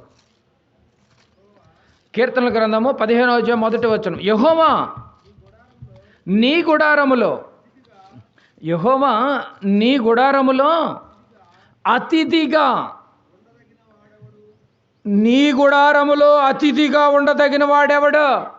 ఆయన గుడారంలో నువ్వు అతిథిగా నిలబడాలి అంటే ఏమండి మామూలు విషయం అండి? మీరు చెప్పండి అండి. ఆయన గుడారంలో గెస్ట్ అట. నువ్వు గెస్ట్గా నువ్వు నిలబడాలి అంటే నీకు ఉండాల్సిన క్యారెక్టర్ ఏంటో తెలుసా? క్రైస్తవులు అందరూ వినాల్సిన మాటలండి ఇవి.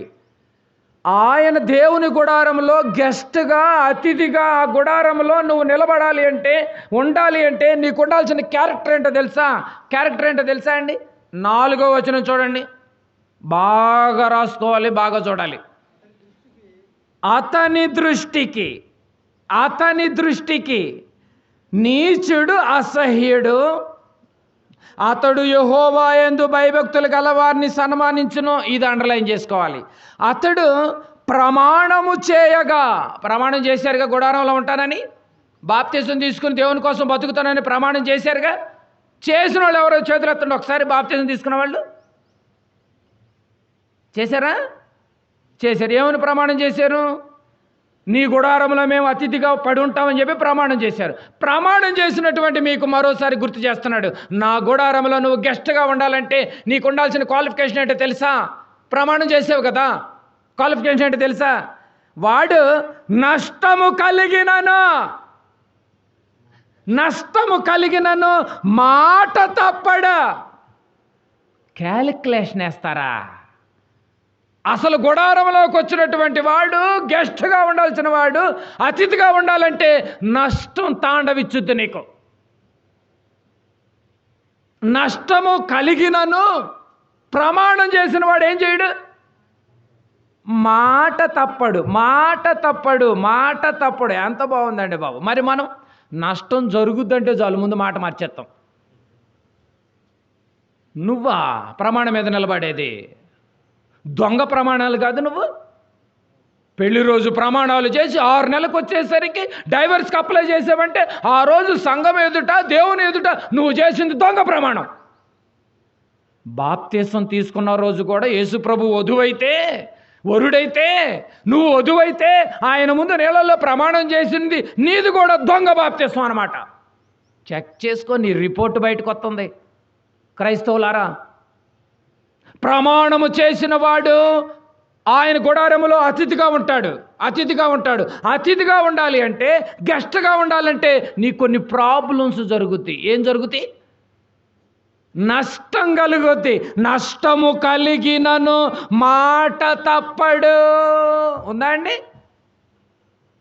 మనమేమో క్రైస్తవులు ఎలాంటి జాటిని తగిలిచ్చారండి నేటి సేవకులు. అమ్మా నష్టపోయారా? క్రీస్తును నమ్మండి. అప్పులు బాధలా? క్రీస్తు నమ్మడు, అప్పులు పులుస్తాడు. అసలు ఈ వచనానికేను వాడు చెప్పిన దానికి ఏమన్నా పొంతరుందా అండి? ప్రమాణము చేసిన వాడు నష్టము కలిగినను మాట తప్పడు. ఎగ్జాంపుల్గా నేను చెప్పడం కాదు కానీ, ఎగ్జాంపుల్గా సపోజ్ మీరు వడ్డీలకి ఇస్తూ ఉంటారనుకో. అసలు అందరికంటే వడ్డీలకి తిప్పేది ఎవడో తెలుసా? క్రైస్తవులే. వడ్డీలకి ఇచ్చేవారు అనుకో మీరు. ఇప్పుడు ఇతను బాప్తిసం తీసుకోవాలనుకుంటున్నాడు. ఇది వడ్డీ వ్యాపారండి. బాప్తిసం తీసుకోవాలని సేవకుడి దగ్గరికి వచ్చాడు. మిగతా దొంగ సేవకులు అంటే ఇచ్చేస్తారులే, నాకెంత నీకెంతని. కానీ మనలాంటి ఇక్కడ పాఠశాల లాంటి దగ్గరికి వస్తే ఇక్కడ సేవకులు ఎవరు అట్లా. నువ్వు బాప్తిసం తీసుకోవాలి అంటే ముందు వడ్డీ వ్యాపారం మానేయాలి అని చెప్పి అంటాం. అప్పుడు అతనేమంటాడు, అసలు నేను బాప్తిసం తీసుకునేదే వడ్డీ, చక్రవడ్డీ, బారు వడ్డీ. ఆ వడ్డీ ఈ వడ్డీ వేసి ఇంకా మరిన్ని వడ్డీలతో బాగా లాగుదామని నేను వస్తున్నాను. నువ్వేంటి బాప్తిసం తీసుకుని నష్టపోమంటావు? అంటే నష్టం కలుగుద్దంటే అవసరమైతే ఏం చేస్తాడు? బాప్తిసం కూడా ఆపేస్తాడు. క్రైస్తవులు అలా తగలబడ్డారు ఈరోజు కదండి. కింద వచనాలు ఉందో చూడండి. అతడు ప్రమాణము చేయగా నష్టము కలిగినను మాట తప్పడు, తన ద్రవ్యము వడ్డీకి ఇయ్యడా. క్రైస్తవులారా, మీ చేతిలో బైబిల్ ఉందా? ఉంటే చూడండి. సంఘములో పోగైన డబ్బును వడ్డీకి ఇయ్యొద్దు.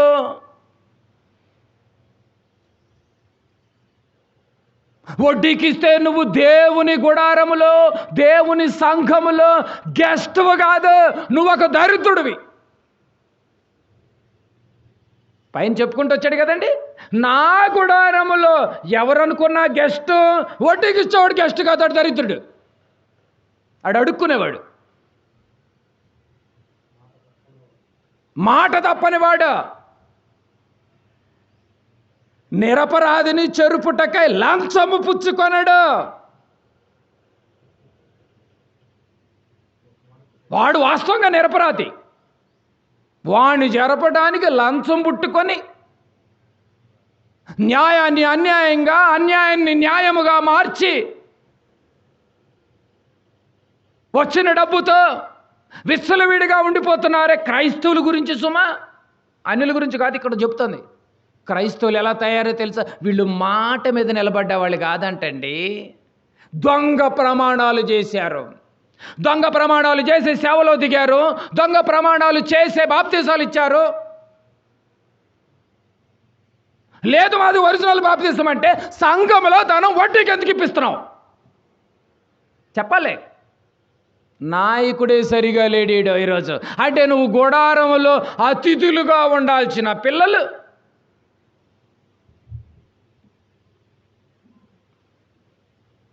ఏం మాట్లాడుతుందండి బైబిల్?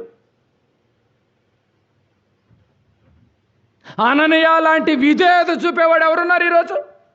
నష్టం కలుగుతోంది. ఎలాంటి నష్టం కలుగుతుంది తెలుసా? అననీయకి సౌలుకి ఎదురైతే చంపేస్తాడు, పైగా తన కుటుంబాన్ని చంపుతాడు, స్త్రీలనే చూడడు, పర్మిషన్తో బయలుదేరాడు, ప్రాణాలకు తెగించి ప్రాణ నష్టము కలిగినను ప్రభువుతో మాత్రం మాట తప్పట్లేదు. నేనున్నాను, ఇదిగో నేనున్నాను అననీయ మాట చూడండి. నువ్వు కొద్దిగా నష్టం కలిగితే చాలు, ప్రార్థనకి వెళ్ళి రావాలంటే 100 పెట్రోల్ అవుతుంది.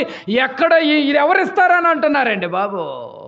100 నష్టమే భరించలేని నువ్వు అననీయ పేరెత్తగలవా? బాప్తిజం అనే ఉచ్చులో పడిపోయారండి ఈరోజు తెల్లబట్టలు వేసుకుని. Calculation mind. దేవుని నమ్ముకుంటే ఎంత వచ్చుద్ది, దేవుని నమ్ముకోకపోతే ఎంత లాభం, ఎంత నష్టం అని క్యాలిక్యులేషన్ అంచనా వేసేస్తున్నారు. సేవలో దిగితే ఎంత, పిల్లల్ని దేవుని సేవలో దించితే ఎంత క్యాలిక్యులేషన్. అననీయ కాలి గోటికి పనికిరాదు ఈరోజు క్రైస్తవ్యం. ఎలాంటి క్యాలిక్యులేషన్ తెలుసా?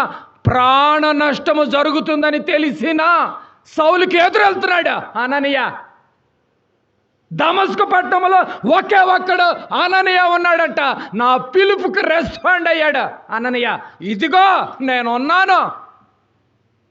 సినిమా డైలాగులు కొడతలేదండి అననీయ. నువ్వు అనగలవా? నీ కుటుంబానికి ఒక అననీయాలు నువ్వు ఉన్నావా? క్రైస్తవులు అడుగుతుంది బైబిల్. సంఘములో ఒక అననీయలాగా ఒక నువ్వు ఉన్నావా? సంఘ పెద్దగా అననీయ లాంటి సంఘ పెద్ద ఉంటే కడుగుతాడు, ప్రాణాలకి తెగిస్తాడు. 2వ పాయింట్లో ఎంత ఇదిగా గుడారములో నువ్వు అతిథిగా ఉండాలంటే అననీయలాగా నష్టాన్ని నువ్వు చూడకూడదు, క్యాలిక్యులేషన్ అయ్యకూడదు. నువ్వు ఎన్ని గొప్ప మాటలండి బాబు. ప్రాణాలకు తెగించాడు. అసలు విశ్వాసులకు తండ్రి అయితే మరీ భయంకరం.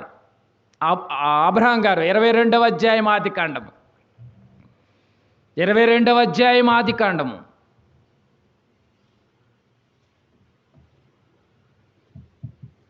2వ వచనం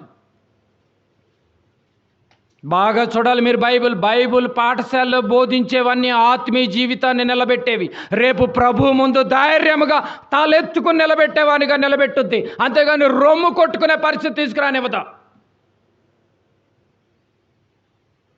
రొమ్ము ఎందుకు కొట్టుకోవాలి? తప్పు చేసిన వాళ్ళలాగా. తప్పు చేసినవాడు రొమ్ము కొట్టుకుంటాడు. ఇప్పుడుగానే మించుకుపోయింది లేదు. నువ్వు గుడారములో అతిథిగా ఉండాలి అంటే వచ్చే అమౌంట్ అవసరమైతే సంఘంలో ఏమంటే పేదవారికి పంచిపెట్టి ఉచితంగా. ధర్మ వడ్డీ అని ధర్మం గురించి మాట్లాడుగాకు.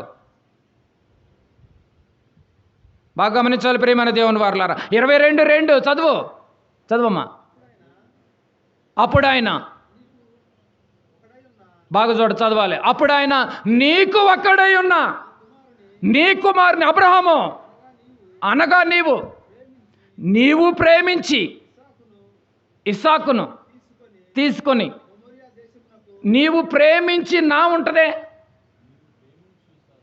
నీవు ప్రేమించు ఇస్సాకును తీసుకొని మోరియా దేశమునకు, అక్కడ నేను నీతో చెప్పబోవు చెప్పాను. టోటల్గా కుమారుని బలి ఇవ్వమని అడుగుతున్నాడు. ఏమన్నా వెనకాడా? అబ్రహాం గారిని కుమారుని ప్రేమించిన కుమారుని ఇవ్వడానికి వెనకాడేనా? ప్రాణ నష్టం ఇది. అననీయ ప్రాణ నష్టం. ఏమండి, అవమానాలతో భర్త ఎప్పుడు వదిలేస్తాడో నిందిస్తాడేమోనని యేసేపు విషయంలో మరియా ఎంతో నష్టపోతుంది. అయినా కూడా తెగించింది ధైర్యం. ఏమండి, మీకు అర్థమవుతుందండి? అబ్రహాం గారు అంటున్నాడు, నీవు ప్రేమించు నీ కుమారుణ్ణి నాకు బలివ్వాలని. ఏమండి, ఇదండి శిష్యుని యొక్క లక్షణం అంటే. నువ్వు శిష్యుడివా? పతోడు శిష్యుడు. ఈరోజు యేసుబాబులు అయిపోయారు అంతా. బాగా గమనించాలి.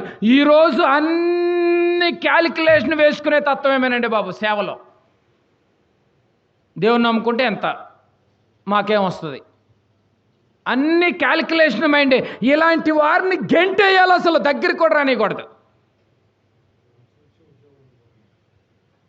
చూసారండి, గెంటి వేయాలి. దేవుడు ఏది చెబితే అది చేయాలి తప్ప క్యాలిక్యులేషన్ వేసుకునేవాడు దేవుడికి అవసరం లేదు. కేవలం శిష్యుడు అన్నవాడైతే దమస్కు పట్టణంలో చాలా వేల మంది ఉన్నారు. మరి అననీయని ఎందుకు పట్టుకున్నాడు? మరి అననీయ క్యాలిక్యులేషన్ వేయడు అన్నమాట. పిలిచిన వెంటనే రెస్పాండ్ అవుతాడు, కానీ నాకెక్కడ కుదురుతుంది ఈ వారం అనడు. అంతే కదండి.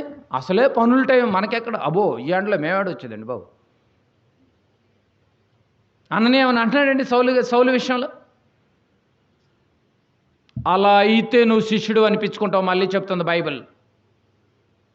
టైంపాస్ ప్రార్థనలకు రావద్దు, వినటం కోసం అసలు రావద్దండి బైబిల్ పాఠశాలకి. మీరు ఏమనుకున్నా పర్లేదు. దేనికి రావాలి మనం?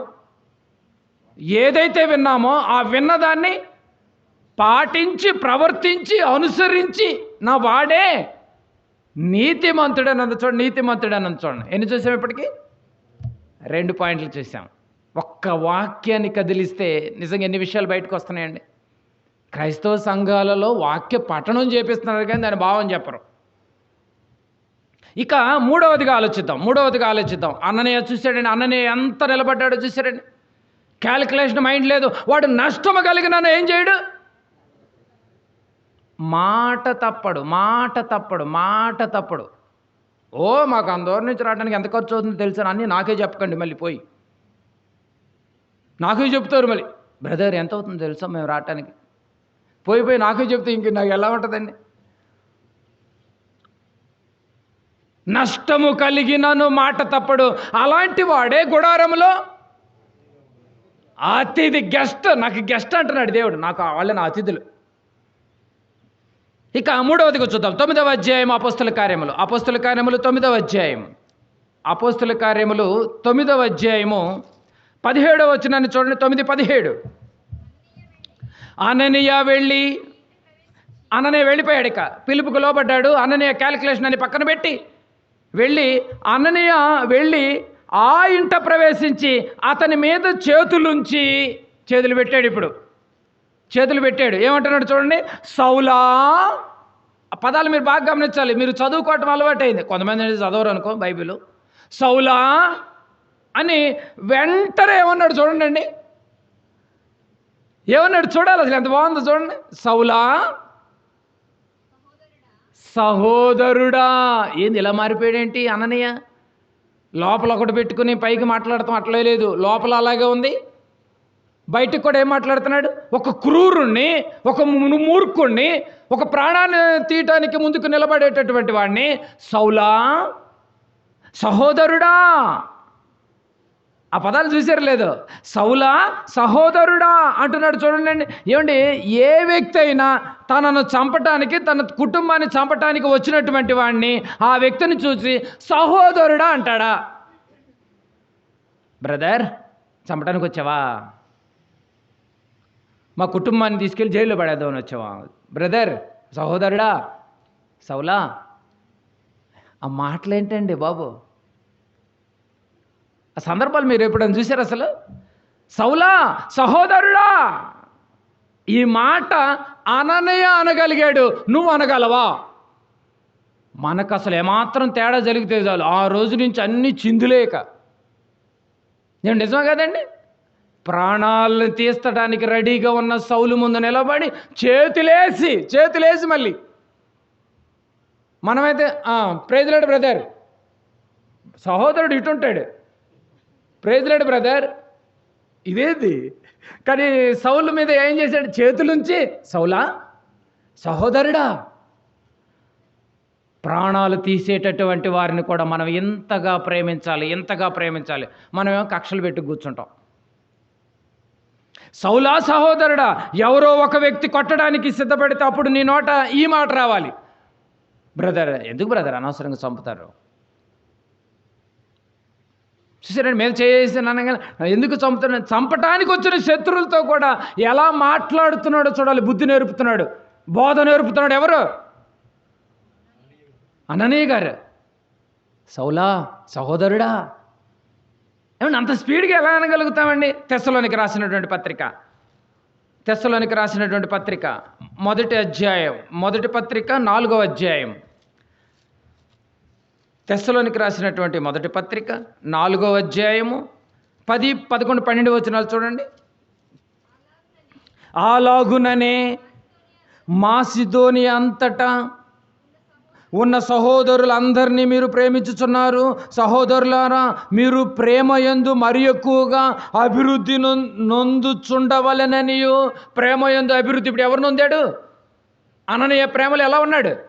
శత్రువును కూడా సౌలా సహోదరుడు అన్నటువంటి భావంతో మాట్లాడుతున్నాడంటే చూడండి. సంఘమునకు వెలుపటి వారి ఎడలను మర్యాదగా నడుచుకొనుచు. అంటే సంఘములోనే ప్రేమించడం కాదంట, వెలుపటి వారి ఎడల సమాజంలో కూడా ఎలా ఉండాలంట? మర్యాదగా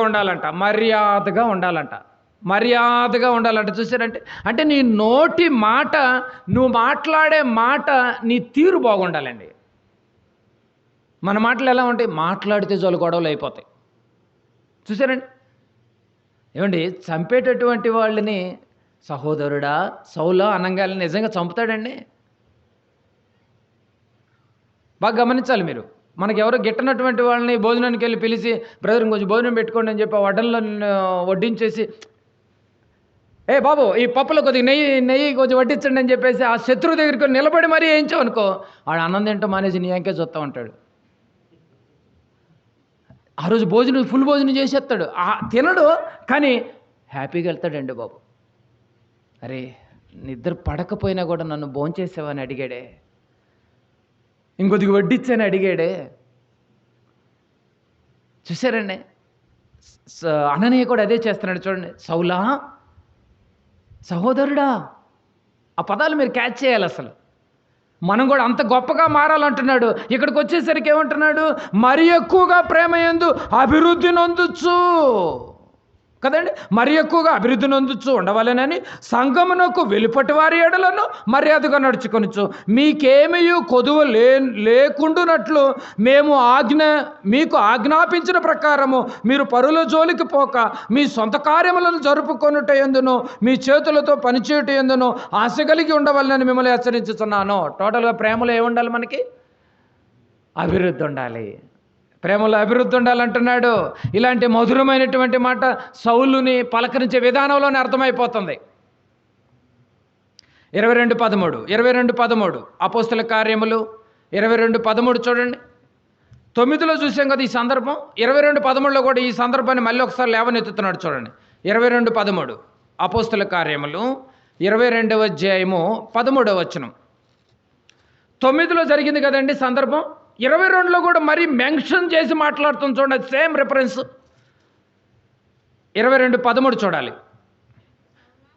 సౌలా సహోదరా, ఆ రోజు జరిగింది మళ్ళీ ఇక్కడ రిపీట్ అవుతుంది చూడండి. సౌలా సహోదరా, దృష్టి పొందమని నాతో చెప్పగా, ఇప్పుడు పౌలు గారు మాట్లాడుతున్నాడు.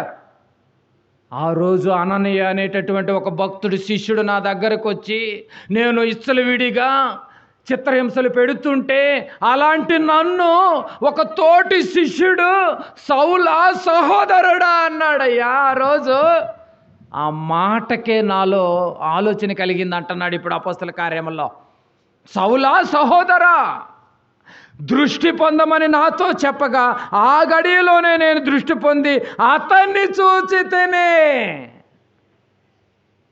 జరిగిన సందర్భాన్ని మళ్ళీ లేవనెత్తి మాట్లాడుతాను చూడండి, అర్థమవుతుందా? ఆ రోజు నన్ను సహోదరుడా అన్నాడు. నేను ఎంత చిత్రహింసలు పెడుతున్నా, ప్రాణాలు తీస్తున్నా కూడా నాకు ప్రార్థన చేశాడు. కళ్ళు వచ్చిన తర్వాత నేను ఫస్ట్ చూసింది కూడా అననీయానే. నన్ను ఎంతగా పలకరించాడో తెలుసా? ఆ రోజు నేను ఎంత క్రూరున్నో తెలుసా? చంపటానికి బయలుదేరి ఆ రోజు చివరిగా దమస్కు పట్టణానికి వెళ్ళి భయంకరమైనటువంటి ఒక ఆలోచన కలిగించే అంత గొప్పగా చంపడానికి బయలుదేరాను. కానీ ఆ రోజు ఆ మాట నన్ను మార్చేసింది. దమస్కు పట్టణంలో ప్రభు మాట నన్ను మార్చేసింది. సౌలా సహోదరా, ఆ గడియలోనే నేను దృష్టి పొందితేనే. ఎంత బాగుందండి బైబిల్ నిజంగా. కొలస్సీలకు రాసిన పత్రిక 4వ అధ్యాయము 6వ వచనం చూడండి. కొలస్సీలకు రాసిన పత్రిక 4వ అధ్యాయం 6వ వచనం. కొలస్సీలకు రాసినటువంటి పత్రిక 4వ అధ్యాయము 6వ వచనం చూడండి. ప్రతి మనుషునికి ఎలాగూ ప్రత్యుత్తరం ఇయ్యవలెనో అది మీరు తెలుసుకొనుటకై మీ సంభాషణ ఉప్పు వేసినట్లు ఎల్లప్పుడూ రుచిగలదిగాను. మీ సంభాషణ ఉప్పి వేసినట్లు ఎల్లప్పుడూ రుచి కలిగినదిగాను. మన సంభాషణ ఎట్టుండాలంటే రుచి కలిగినదిగా ఉండాలి, కానీ మాట్లాడితే నుప్పులు గీసినట్టు ఉండకూడదు. అమ్మో, కొంతమంది మాట్లాడితే బగ్గుమంటాయి అంతే. ఇక ఆ రోజు నుంచి 2 కుటుంబాలు బగ మండటమే కదండి. రుచి గలదిగా ఎల్లప్పుడూ ఉండాలా? ఎల్లప్పుడూ ఉండాలి. ఏమండి, ఉప్పు ఎక్కడుండాలి? టూత్పేస్ట్లోనా? ఉప్పు టూత్పేస్ట్లో కాదు ఉండాల్సింది, నీ మాటల్లో ఉండాలి. నీ మాటల్లో ఉప్పు వేసినట్టు ఉండాలి. మీరేమో టూత్పేస్ట్లను కొనుక్కోవడం సరిపోయింది. ఉప్పు మీ టూత్పేస్ట్లో మీ ఉప్పు ఉందా? బైబిల్ అంటుంది టూత్పేస్ట్లో ఉప్పు లేకపోయినా పర్లేదు, కానీ నీ మాటల్లో ఉప్పు వేసినట్టుగా లేకపోతే కొన్ని జీవితాలు నీ వల్ల, కొన్ని కుటుంబాలు నీ వల్ల నాశనం అయిపోతాయి అంటున్నాడు. నేను చూసేవండి అననీయ ద్వారా. అననీయ మాటలు ఎలా ఉన్నాయి? ఉప్పు వేసినట్లు ఉన్నాయి. లేకపోతే మరి పౌలు గారు రిపీట్ ఎందుకు చేస్తాడు? నన్ను ఏమన్నాడు తెలుసు ఆ రోజు అన్ననయ్య? సౌలా సహోదరుడా అన్నాడండి అని చెప్తున్నాడండి సంఘాలకి. మరి మన పిలుపు అయితే ఇక చెప్పవసలేదు. ఇక 3 సందర్భాలు చూసాం. మొట్టమొదటి సందర్భంలో ఏం గమనించాం? పిలుపుకు లోబడ్డాడు, నేను ఉన్నానన్నాడు అంతే. మళ్ళీ వెనక్కి తిరిగి చూడలేదు. రెండో సందర్భంలో మాట తప్పలేదు, క్యాలిక్యులేషన్ వేసుకోలేదు, నష్టము కలిగినను ప్రమాణం చేసిన వాడు మాట తప్పడం. అంటే ఏదో మన ప్రమాణాలు ఏదో దొంగ ప్రమాణాలాగా అనిపిస్తున్నట్టున్నాయే. కొంచెం లోపలికి వెళ్తే ఆలోచించాలి. మూడవదిగా నీ మాట ఉప్పు వేసినట్లుగా ఉండాలి. అననయ్య అలా మాట్లాడుతున్నాడు. ఇంకా 2 మిగిలిపోయినాయి. నాలుగవదిగా చూద్దాం. అపోస్తల కార్యములు 22వ అధ్యాయము. అపోస్తల కార్యములు 22వ అధ్యాయము. 12వ వచనం చూడండి. 12వ వచనం. అంతటా ధర్మశాస్త్రము చొప్పున భక్తిపరుడును అక్కడ కాపురం అన్న యూదులందరి అందరి చేత మంచి పేరు పొందిన వాడునైనా అననీయ అను ఒకడు నా యొద్దకు వచ్చి నిలిచే. నా దగ్గరకు వచ్చినాడు మామూలుడు కాదు, యూదులందరిలో మంచోడంట. యోధాపట్నం అందరిలో మంచి పేరు పొందిన వాడునైనా అననీయ అను ఒకడు నా యొద్దకు వచ్చి నిలిచి, సౌలా సహోదరుడా. ఆయన మంచితనం గురించి ఇక ఏం చెప్పేది? యూదులందరిలో నంబర్ 1 అంటండి అననీయ.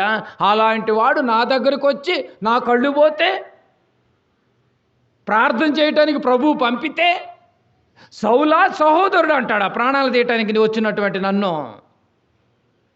ఎన్ని క్యారెక్టర్లు బయటకు వస్తున్నాయి చూడండి. అననీయ నేనున్నానని మాటతో అంటే సరిపోదండి.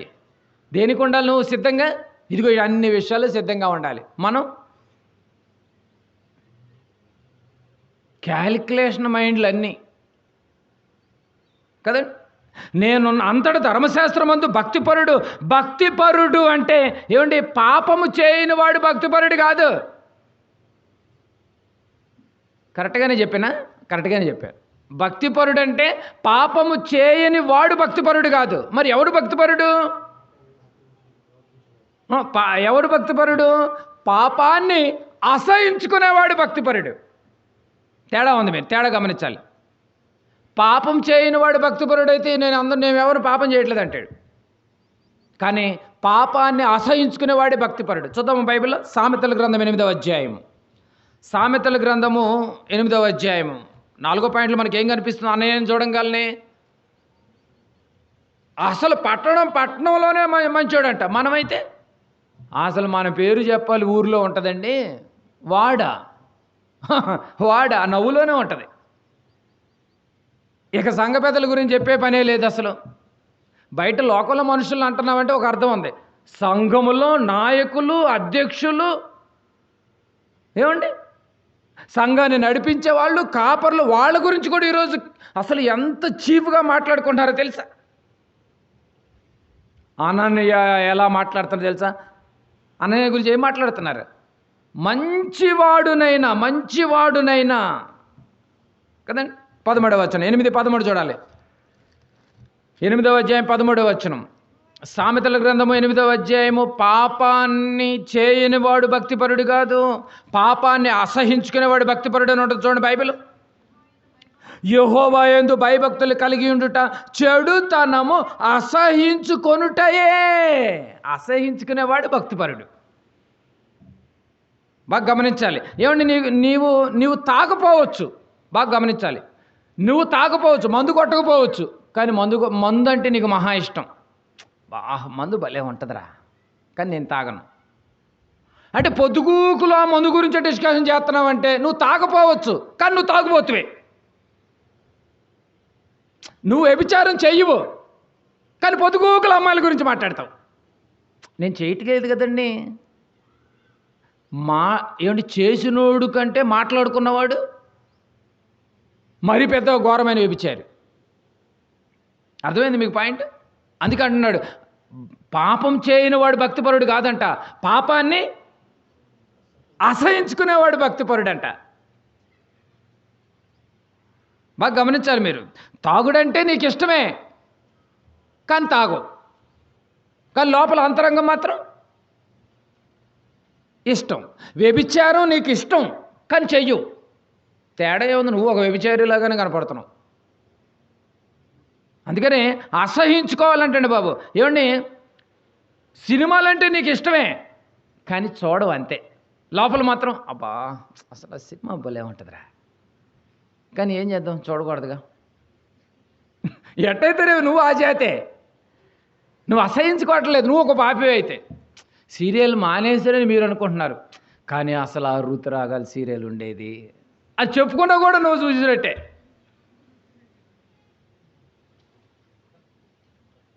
ఏమండి, మీకు అర్థమైందండి? అసలు మామూలా అండి? పాపాన్ని అసహించుకునేవాడు భక్తిపరుడు అంట. బాగా గమనించాలి. యోబు గ్రంథం 22వ అధ్యాయము. యోబు గ్రంథం 22వ అధ్యాయము యోబు గ్రంథము 22వ అధ్యాయము 22, 23 చూడండి. చూడండి, బైబిల్ చూడాలి మీరు. అన్ని బైబిల్లోనే ఉంటాయండి బాబు. అననీయ ఎన్ని పాఠాలు నేర్పుతున్నాడు చూడండి. అననీయ పాపం, అసలు ఆయన గురించి మనం ఏ రోజున ఆలోచించాం. 22వ అధ్యాయము 22, 23. ఆయన నోటి ఉపదేశమును అవలంబించుము, ఆయన మాటలు నీ హృదయంలో ఉంచుకొనుము. సర్వశక్తుని వైపు నీవు తిరిగిన ఎడల తిరగాలంటే అసహించుకోవాలి. పాపాన్ని అసహించుకునేవాడు తిరుగుతాడు. తిరిగిన ఎడల నీ గుడారములో నుండి దుర్మార్గమును దూరముగా తొలగించిన ఎడల, తొలగించిన ఎడల నీవు అభివృద్ధి పొందేదవో అప్పుడు ఎదుగుతారండి మీరు ఆత్మీయంగా. లేకపోతే అట్ట వచ్చి వెళ్ళిపోయేవారుగానే ఉంటారు. అంతే, జస్ట్ ప్రేక్షకులుగా మిగిలిపోతారు లాస్ట్కి. నువ్వు అభివృద్ధి చెందాలి అంటే, నువ్వు ఆత్మీయంగా అభివృద్ధి చెందాలన్నా, నీ కుటుంబం ఆత్మీయంగా ఎదగాలన్నా కూడా, దేవుని గుడారంలో నువ్వు అతిథిగా నిలబడాలన్నా నువ్వు ఎవరి వైపు తిరగాలి? సర్వాన్ని కలిగించిన సృష్టికర్త వైపు నీ చూపులు ఉండాలి. కాకి పిల్లలంట సర్వ సృష్టికర్త వైపు చూస్తున్నాయంట. మాకు ఆహారము దయచేసేది నీవే నాయనా.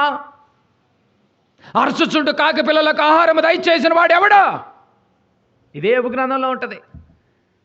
కలిగించినటువంటి ఈ ప్రకృతిలో ఉన్నటువంటి జంతువులు కానీ, ఈ ప్రకృతిలో ఉన్న పక్షులు కూడా అన్నీ కూడా దేవుని వైపు ఎదురు చూస్తుంటే, లోకాన్ని కలిగించిన వాని పిల్లలు అయితే మాత్రం దేవుని వైపు కాకుండా దెయ్యం వైపు తిరిగి, గుడారములో అతిథులుగా ఉండాల్సినటువంటి వాళ్ళు ఈరోజు గుడారములో దొంగలుగా, దోచుకునే వాళ్ళుగా, యెరూషలేము దేవాలయముని వ్యాపార పుట్టిల్లుగా మార్చి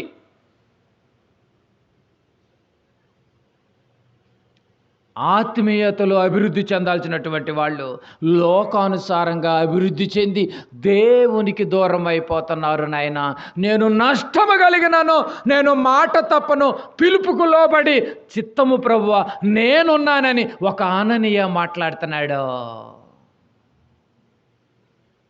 నువ్వు మాట్లాడగలవా? సర్వశక్తుని వైపు ఏ అవంచికాలు ఎదురైనా కూడా సర్వశక్తుని వైపే బెదరక, అలయక, నిబ్బరము కలిగి ధైర్యముగా ఆయన పనిలో ముందుకు సాగగలవా? ప్రాణాలకి తెగించైనా కూడా నువ్వు నిలబడగలవా అంటున్నాడు. అప్పుడే నీకు అభివృద్ధి. అప్పుడు ఎదుగుతారండి. అప్పుడు వరకు మీరు ఎదగరు. ఏంటోనండి, వింటున్నాను కానీ అర్థం కావట్లేదండి. ఎందుకు ఎదుగుతావు నువ్వు? నీ దృష్టి అంతా ఎవడి వైపు ఉందో? సర్వశక్తుని వైపు పెట్టు నీ మైండ్. ఆజ్ఞ ఉందా మనకి? సర్వశక్తుని వైపు నీవు తిరిగిన ఎడల అప్పుడు నీవు ఎదుగుతావు, అభివృద్ధి పొందుతావు. అననీయ కంప్లీట్గా ఎవరి మీద పెట్టాడు మైండ్? యేసు ప్రభువుకి జీవితాన్ని అర్పించేశాడు. నా చావైనా పర్లేదు, సౌలు చేతిలో నేను చనిపోయినా పర్లా, ప్రభు చెప్పాడు నేను వెళ్ళాలి. క్యాలిక్యులేషన్ అనేది పొరపాటు కూడా ఇకండి దేవుని దృష్టిలో. నష్టము కలిగినను మాట తప్పని వాడే దేవుని గృహములో, దేవుని గుడారములో గెస్ట్లు అండి బాబు. గెస్ట్లు ఎవరో కాదు. తెలియక చాలామంది రాజకీయ నాయకులు వాళ్ళని గెస్ట్లను పట్టుకొస్తారు. అసలైన గెస్ట్ నువ్వే సరిగ్గా నిలబెడితే. గెస్ట్లు ఎవరో కూడా చెప్పేశాడు చూడండి. మాట తప్పని వాడు. మనం నిజంగా చెప్పండి, బాప్తిసం తీసుకున్న దగ్గర నుంచి ఇప్పటి వరకు ఒక మాట మీద నిలబడ్డామా? నష్టాన్ని క్యాలిక్యులేషన్ వేసి దూరం అయిపోతున్నామేమో. అననీయ దమస్కు మొత్తంలో ఒకడు నిలబడ్డాడు. సంఘం మొత్తంలో నువ్వు నిలబడగలవా మాట తప్పకుండా? నీ ఇంట్లో ఒక్కడిగా నువ్వు నిలబడగలవా మాట తప్పకుండా? నేను మాట ఇచ్చాను. నాకు నష్టం కలిగినా, ప్రాణం పోయినా, ఆర్థిక సమస్యలైనా కూడా నేను దేవుని కోసం నేను నిలబడతాను నేను అనగలవా? అప్పుడే నీకేమొచ్చుద్ది? అభివృద్ధి, డెవలప్మెంట్. 4 పాయింట్లు అదే కనిపిస్తుంది చూడండి. ఇక చివరిగా 5వదిగా చూద్దాం. అననీయ జీవితం మనకు ఒక ఆత్మీయ జీవితానికి ఒక మెట్టుగా కనిపిస్తుంది చూడండి. అననీయ పౌలు గారే అననీయ ఏమంటున్నాడు? ఏం మాట్లాడుతున్నాడండి? అతను దమస్కు పట్టణం మొత్తంలో యూదులు ఉన్నారు. ఆ యూదులు అందరిలో పేరు మారుమోగినటువంటి, మంచి పేరు మారుమోగినటువంటి అననీయ నా దగ్గరికి వచ్చాడు, నన్ను సౌలా సహోదరుడు అని పలకరించాడే. అమ్మో, ఆయన ఎక్కడ నేనెక్కడ. ఏమన్నా పదాలు మీరు గమనించాలండి, ఎంత బాగుందండి. పౌలు గారే గొప్ప అనుకుంటే పౌలు గారు ఎవరిని పొగుడుతున్నాడు? ఆయన ఎక్కడ నేనెక్కడ, నన్ను సౌలా సహోదరుడు అంటున్నాడండి. ఏమన్నా మనస్ఫూర్తిగా ప్రైజ్ లార్డ్ చెప్పుకున్నారండి ఏ రోజన్నా? అయిపోయిన తర్వాత మనస్ఫూర్తిగా ఏ రోజన్నా కాల్ చేసి మాట్లాడుకున్నారా? నిజం మీ గుండెల మీద చేసి చెప్పాలి.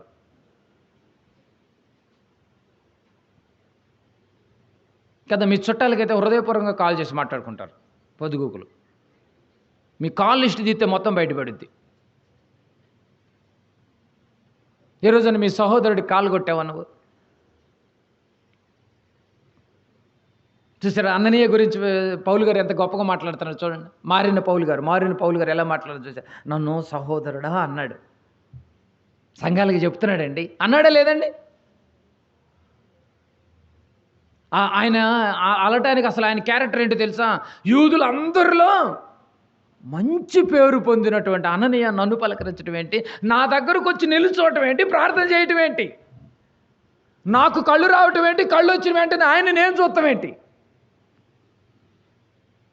అననీయ జీవితం మారిపోయిందండి పిలిచిన పిలుపుకే. ప్రభువా నేనున్నానన్నాడండి. బాబు నేనున్నానన్నాడు. అననీయ జీవితం ఈరోజు ఒక పాఠమైంది మనకి. సౌలు గారు ఆ రోజు సమయంలో ఆ రోజు దేవుడు పిలిస్తే దేవుడు చిత్తము నేనున్నానన్నాడు. ఒక ప్రవక్తగా మారిపోయాడు. దమస్కు పట్టణంలో వెలుగుకు సరెండర్ అయినటువంటి సౌలు నిజంగా ఎన్ని సంఘాలను కట్టాడు ఒక్కసారి మీరు గమనించండి. అననీయ జీవితం ద్వారా ఎన్ని పాఠాలు నేర్పుతుందండి బైబిల్. ఈరోజు సంఘంలో సౌలు లాంటి వాళ్ళే ఉన్నారు తప్ప అననీయ లాంటి వాళ్ళు లేరండి. ఈరోజు భ్రష్టు పట్టిపోయింది సంఘం. చివరికి 5వ పాయింట్ ఏంటో చూద్దాం. 22వ అధ్యాయము అపోస్తల కార్యములు 22వ అధ్యాయం 12వ వచనం చూడండి. 22:12 22:12 అంతటి ధర్మశాస్త్రము చొప్పున భక్తిపరుడను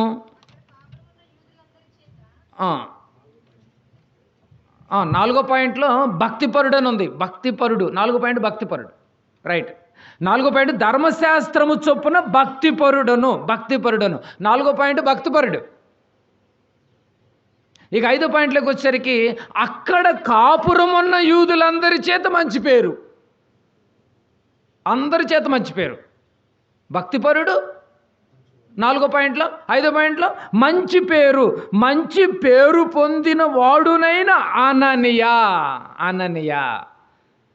మనం పౌలు గారే మంచి పేరు అనుకుంటున్నాం, కానీ అననీయ పేరు మారుమోగిపోతుంది ఇప్పుడు. ఈ ఘనత ప్రభువు కూడా దక్కలేదండి బాబు. మంచి పేరు యూదులందరిలో ఒక ఛాన్స్ కొట్టింది ఎవరు చెప్పండి ఇప్పుడు? యూదులందరిలో అననీయ ఒక్కడే. ఈ అవకాశం యేసు ప్రభు కూడా దక్కలేదు. యూదులు చాలామంది తిట్టారు యేసు ప్రభువుని. పౌలు గారికి కూడా దక్కలే ఈ అవకాశం. మంచి పేరు పొందాలని యూదులు అందరిలో మంచి పేరు పౌలుకి గారికి దక్కలేదు, యేసు ప్రభుల వారికి దక్కలేదు. కానీ ఒక్కరికి దక్కింది. ఎవరికి? అననీయ గారికి దక్కేసి చూడండి. కానీ ఈరోజు అననీయ లాంటి వాళ్ళు సంఘాల్లో లేరండి. ఈరోజు సౌలు లాంటి వాళ్ళు సంఘాలకి, సంఘ కార్యక్రమాలకి, స్వార్థ కార్యక్రమాలకి అడ్డుపడే వాళ్ళే ఉన్నారు. కానీ సౌలులాగా, అననీయలాగా నిలబడి ధైర్యంగా దేవుని కోసం మాట్లాడేవాళ్ళు సమాజంలో లేదు. ఈరోజు మనం క్రీస్తు పేరు పెట్టుకొని చేస్తుంది నిజంగా అననీయ లాంటి పనిలో మనం ఉన్నామా? లేకపోతే దుష్టుడు అప్పచెప్పినటువంటి పనిలో ఒకవేళ ఉన్నామేమో? ఒకసారి మీరు గమనించాలి. హోషేయ గ్రంథము చివరిగా ఈ మాట చూసి ముగించేసుకుందాం. 5వ పాయింట్లో హోషేయ గ్రంథము 8వ అధ్యాయం. హోషేయ గ్రంథము 8వ అధ్యాయం చూడండి. హోషేయ గ్రంథము 8వ అధ్యాయము 11వ వచనం.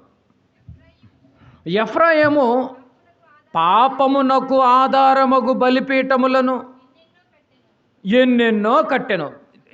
పాపానికి ఆధారమైనవి ఏంటి? బలిపీఠాలు చాలా కట్టాడంట, ఎన్నెన్నో కట్టాడు. ఎవరు? ఎఫ్రాయిము పాపము చేయడానికి ఎన్నో బలిపీఠాలు కట్టాడు. అదే ఆధారం అంట ఆయనకి. అతడు పాపము చేయుటకు అవి ఆధారములాయనో. చూసారు, నువ్వు పాపివి అంటానికి సంఘంలోకి వచ్చిన తర్వాత చాలా ఉన్నాయి ఆధారాలు పట్టుకోవటానికి. కానీ అననీయాన్ని పట్టుకోవటానికి, పౌలు గారిని పట్టుకోవటానికి ఎక్కడ ఆధారాలు కూడా లేవండి. కడిగేసుకున్న తర్వాత వాళ్ళు మాట ఇచ్చిన తర్వాత వాళ్ళు పర్ఫెక్ట్గా బతికారు. మనం మాట ఇచ్చిన తర్వాత ఎన్నిసార్లు పక్కకు దిగలేదండి మీరు చెప్పండి. క్రీస్తు మార్గాన్ని వదిలి, సన్మార్గాన్ని వదిలి దుష్టుల మార్గంలో ఎన్నిసార్లు ట్రాక్ తప్పలేదు మనం గమనించండి. అయితే అననీయ అడుగుతాడు, ఇప్పుడు నేను దమస్కు పట్టణంలో నేను ఒక్కడున్నాను, మరి నీ గ్రామంలో నువ్వు వెళుతున్నటువంటి సంఘములో ఆ సంఘానికి నీ కుటుంబం కూడా కుటుంబం అయితే ఆ కుటుంబంలో నువ్వు ఒక అననీయాల నిలబడ్డావా ధైర్యంగా? అన్ని బోధలు ఒకే బోధలు అని చెప్పేసి ఏదైతే ఏంట్లే అని చెప్పేసి కాంప్రమైజ్ అయిపోతున్నావేమో. అయితే నువ్వు సౌలుగా ఉన్నటువంటి సౌలుని, పౌలుగా మారినటువంటి పౌలుని నువ్వు గమనిస్తే సౌలు నువ్వెందుకు నన్ను హింసిస్తున్నావని ఒక్క మాటకే మారిపోయాడు. చూశారండి, ఒక్క మాటకే. ప్రభు ఒక్క మాట పిలిచిన వెంటనే ఒక్క మాటకే మారిపోయాడు. ఈరోజు ఏమండి, నీ సాక్ష్యాన్ని, నీ మంచితనాన్ని ఏమండి నిజంగా నువ్వు కోల్పోకూడదు. అననీయ మంచితనాన్ని నిలబెట్టుకున్నాడు. నువ్వు కొద్ది రోజులు మంచిగా నటిస్తారు కదండి, మేకవన్నీ పులుల్లాగా. తర్వాత ఒరే ఇట్లా అంటోడా, ఇస్కరియోతు ఏదో పాపం మంచిగానే యాక్ట్ చేశాడు ప్రారంభంలో. తర్వాత ఆయన ఆలోచన మొత్తం దేని చుట్టూ తిరిగిందని తెలిసింది మనకి, ధనాపేక్ష. కొంతమంది ఆలోచన మొత్తం ఎలా తిరుగు తెలుసా, వాళ్ళకి ఒక టార్గెట్ అన్నమాట, వాళ్ళకి సింహాసనం కావాలి, అధికారం కావాలి. తర్వాత తెలుసు, వీళ్ళు అధికారం కావాలి, అందుకు చర్చ మానేశారు. సంఘాలన్నీ ఒక సంఘం నుంచి మరో సంఘానికి జంప్ అవుతున్నట్టు అర్థం ఏంటో తెలుసా, వాళ్ళకంటూ కొన్ని పదవులు ఇవ్వాలి, లేకపోతే ఉండలేరు. అర్థమవుతుందండి. వీటి వలన నువ్వు మంచి పేరు సంపాదించుకోలేవు. అననీయం చూడు, నష్టము కలిగినను మాట తప్పలేదు, నేనున్నానన్నాడండి. అసలు ఆ మాట ఎంత బాగుందండి. ఆ మాట చుట్టే తిరిగించండి 5 పాయింట్లు. నేనున్నాను అంటున్నాడు అంటే పరిశుద్ధత లేకుండా పరలోకం అనేది, అలాంటి నిలువెత్తు పరిశుద్ధత ఇదిగో ఒక అననీయ సంపాదించుకున్నాడు, ఒక పౌలు గారు సంపాదించుకున్నాడు. తర్వాత ఎంత చిత్రహింసలు అయితే పెట్టారో దానికి రివర్స్ అయిపోయాడండి పాపం పౌలు గారు. ఈయన్ని ఈడ్చారు, ఈయన్ని జైల్లో పెట్టారు. ఆయనకి అర్థమైపోయింది, నేను మాటిచ్చాను దమస్కు పట్టణంలో, నేను ఇక వెనదిరిగి చూడకూడదు. నాకు బాప్తిసం ఇచ్చినటువంటి అననీయ కూడా అలాగే ఉన్నాడు, మంచి పేరు సంపాదించాడు. నేను కూడా నాకు సమస్తమును ఆ పరలోకాన్ని సంపాదించుకోవడం, నేను సమస్తమును నేను నష్టపరుచుకొని పెంటతో సమానంగా చూసుకుంటున్నాను. కనుక మనం ఏ రోజైనా పెంట అనుకుంటున్నామండి? మనం ఏదో అసలు పెంట మీద ఏదైనా పడ్డా కూడా ఇమీడియట్గా కడుక్కొని కాముగా శుభం లాభం అని జేబులో పెట్టేసుకుంటాం. మనం క్రైస్తవులు అంటారు, మీరు చెప్పండి. నష్టము కలిగినను మాట తప్పడు, నా గుడారములో ఉండేవాడు. మాట తప్పేవాడు, క్యాలిక్యులేషన్ వేసేవాడు, నా గుడారంలో అసలు అతిదే తేల్చేసిందండి బైబిల్. మరి నష్టపరుచుకోవడానికి సిద్ధంగా ఉన్నారా? ఎప్పుడు ఒకలాగా ఉండవండి. అది ఆర్థిక సమస్యలు కావచ్చు, కుటుంబంలో ప్రాబ్లమ్స్ కావచ్చు, ఏదో ఒక విధంగా నిన్ను నష్టపరచడానికి అపవాది టార్గెట్ పెట్టుకుని ఉంటాడు. యోబు గారిని నష్టపరచలా, నష్టం కలిగిన ఏమన్నా మాట తప్పాడా? అదే మాట మీద వచ్చి యోబు గారి భార్య ఏమంటుంది, ఆ దేవుణ్ణి దూషించి నీకేం చేశాడు న్యాయమో, ఆ దేవుణ్ణి దూషించి నీవు మరణము కమ్మో. ఏంటో మరి అంత కక్ష ఏంటో దేవుడి మీద. కనుక ప్రియమైన దేవుని వారలారా బాగా గమనించాలి. ఈరోజు సంఘాలన్నిటిలో అననీయ లాంటి వాళ్ళు కావాలండి. ఇప్పుడు సంఘాలకి ఎవరు అవసరం? అననీయ లాంటి వాళ్ళు బాగా అవసరం. కానీ సంఘంలో ఎవరున్నారు ఇప్పుడు ఎక్కువ? సౌలు ఎక్కువ ఉన్నారు. ప్రార్థనలు అసలు ఎట్లా జరగటానికి వీలేదు, పర్మిషన్ లేకుండా ప్రార్థనలు ఏంటి? ముందు నీ ఇంట్లో పర్మిషన్ నీకు ఉందా? అసలు ఎక్కువ మాట్లాడు, నీ ఇంట్లో పర్మిషన్ నీకు సరిగ్గా లేదా? నువ్వు వచ్చి మళ్ళీ సంఘాల గురించి మాట్లాడతా. అననీయ కడుగుతాడు నీకు ముందు. కనుక ప్రియమైన దేవుని వారలారా బాగా ఆలోచించండి. 5 పాయింట్లు మనం గమనించాం. శత్రువైన సహోదరుడిగా నువ్వు చూడగలగాలి అననీయలాగా. 2, దేవుడు ఏ పని చెప్పినా కూడా నువ్వేం చేయాలి? క్యాలిక్యులేషన్ పక్కన పెట్టేసేసి తప్పకుండా ఆ పని నీవు దిగంతే, దిగేసేసి ఆయన చూసుకుంటాడు అంతే. అబ్రహాం గారు దిగేసేసాడు బలి ఇవ్వటానికి. చూసుకున్నాడా లేదా? కరెక్ట్గా ఎత్తేటప్పుడు పిలుపు వచ్చేస్తుంది. ఆయన చూసుకుంటాడండి బాబు, మీరు ధైర్యంగా నిలబడే. ఇక 3వదిగా నా నోటిని అదుపులో పెట్టుకోవాలి అన్న ఆలోచన నీకు ఉండాలి. ఎప్పుడు అదుపులో పెట్టుకోవాలి. నోరు ఉంది కదా, ఇష్టం వచ్చినట్టు మాట్లాడకండి. ఎంత అదుపులో పెట్టుకున్నాడు అన్నయ్య? నోరు జాగ్రత్త. నోరు మంచిదైతే ఊరు సంగతి పక్కన పెట్టు, నీ కుటుంబం బాగుంటుంది, లేకపోతే వదిలేసిపోద్ది. అంతే కదండి. నోరు వీడి కొద్దిగా నోరు ఎక్కువ అండి, అందుకే ఉండదండి, వెళ్ళిపోతూ ఉంటుంది. అంతే కదండి అర్థం. సంఘంలో కూడా అంతేనండి. నీ నోరు కాపాడుకుంటే కొద్ది రోజులు ఉంటావు. నోరు ఉంది కదా, ఇష్టం వచ్చినట్టుగా మాట్లాడుకుంటే గుడారంలో అతిథి కాదు కదా, గెస్టువు కాదు కదా, ఎక్కడుంటావో కూడా తెలియదు. ఇచ్చిన మాట ఎందుకు తప్పుతున్నావు నువ్వు? ఆ మాత్రం సెన్స్ లేదా? కామన్ సెన్స్ లేదా? అయ్యో నేను దేవుడికి మాట ఇచ్చానే. మనమందరము భక్తిపరులుగా ఉండాలంటున్నాడు అననీయ. భక్తిపరుడు 4 పాయింట్లు. భక్తిపరుడే కాదు, మంచి పేరు. మంచి పేరు ఎక్కడ? ఇంట్లోనే కాదు, సమాజంలో కూడా మంచి పేరే, ఇంట్లో కూడా మంచి పేరే, దేవుని యందు కూడా మంచి పేరు. మనం అప్పుడప్పుడు బాగుంటాం, మిగతా అప్పుడు మామూలుగా ఉంటాం. మనం ఒరిజినల్గానే ఉంటాం ఎప్పుడు, అప్పుడప్పుడు బాగుంటాం. అప్పుడు మన ఫేసులు తెలిసిపోతాయండి. మనం ఎట్టున్నాం ఏంటో మొత్తం ఈ ఫేస్ చూస్తే తెలిసిపోతాయి. నీ క్యారెక్టర్ ఏంటో ఫేస్ని చూసి చెప్పేయచ్చు. కనుక ప్రియమైన దేవుని వారలారా బాగా ఆలోచించండి. ఎన్ని విషయాలుగా నిజంగా నువ్వు మంచివాడు అన్నటువంటి సర్టిఫికెట్ ఒక సంఘంలోనే కాదు, సమాజంలో కూడా నువ్వు సంపాదించాలి.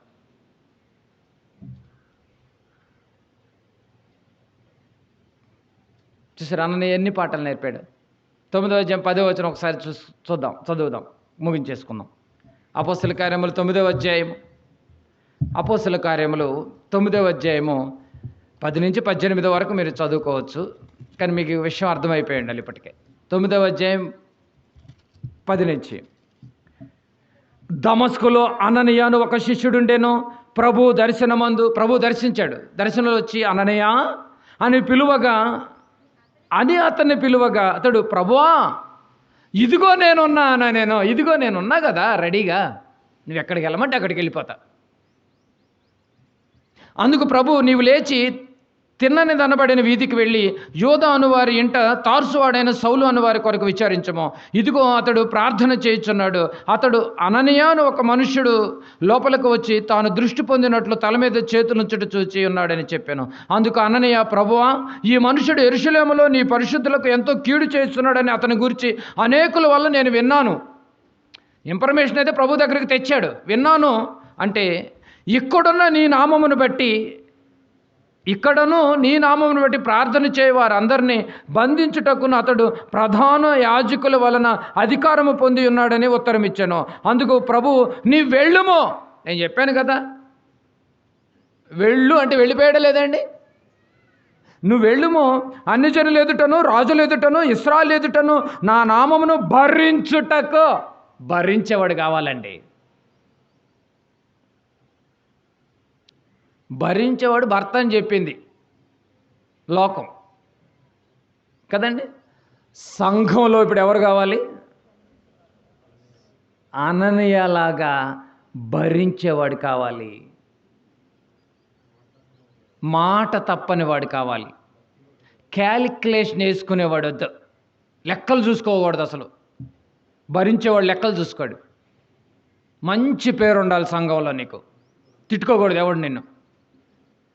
భక్తిపరుడై ఉండాలి నువ్వు. ఎక్కడికి వెళ్ళమంటే అక్కడికి వెళ్ళిపోవాలి. మరి వెళ్తానికి నాకు ఖర్చు సోది చెప్పొద్దు, వెళ్ళు అనే ఉంది కదండి. మారు మాట్లాడలేదండి, వెళ్ళిపోయాడు.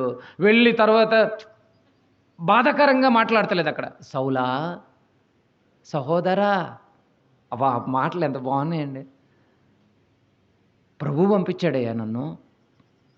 ఆయన గురించి తర్వాత ఈయన చెప్తున్నాడు, యూదులందరిలో మంచి పేరు పొందిన ఆయన నాకు బాప్తీసం ఇయటం ఏంటి, ఆయన నా ముందు వచ్చి ప్రార్థన చేసి నాకు కళ్ళు ఇయటం ఏంటి. వద్దు ప్రియమైన దేవుని వారలారా, ఇప్పటికి ఏదైనా లెక్కలు వేయటం వేసారు, లెక్కలన్నీ రాసుకోకండి. కొంతమంది లెక్కలు రాసుకుని అలవాటు ఉంది, ఇంటికి వెళ్ళి ఈరోజు ఎంత ఖర్చు పెట్టానని. ఎక్కడైనా లెక్కలు రాసుకోడిగా దేవుడి పనులు లెక్కలు రాయకండి.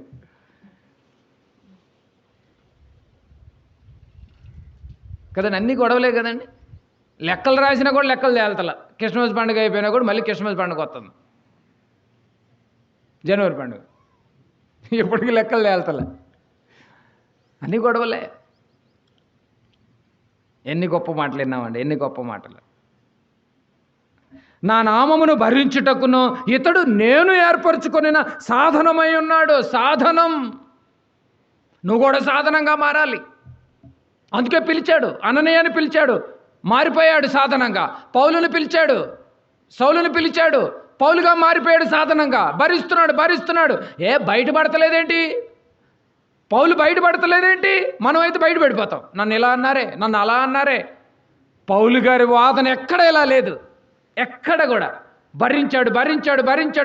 ఎంతగా భరిస్తావు నాయన? పరలోకం కోసం నేను చనిపోయినా తిరిగి లేవపడడానికి నేను ఎంతగానైనా భరిస్తానన్నాడండి. అంతే, మాట్లాడటానికి లేదు మల్లిక. ఏ విషయంలో కూడా గించుకోలేదండి బాబు.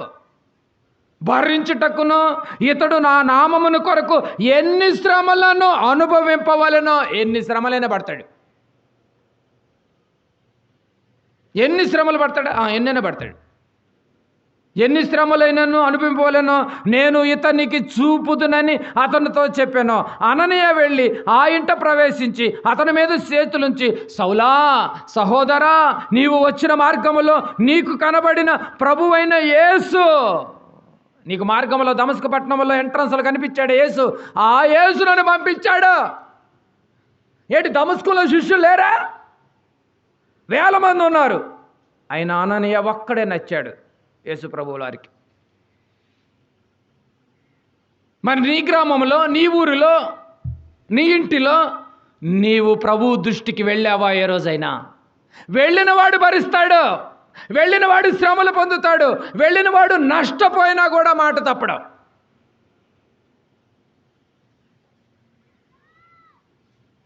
పాఠశాలకు వస్తే నష్టం జరుగుద్దా? అవును, నష్టమే జరుగుద్ది. ఏమి నష్టం జరిగిందో? క్యాలిక్యులేషన్ బుద్ధులు కదండి అన్నీ. అననీయ క్యాలిక్యులేషన్ నేర్చుకోలేదు. ఎంత నష్టమైనా భరిస్తావంటే భరిస్తారు. ఎంత నష్టం వరకు భరిస్తావు అననీయ?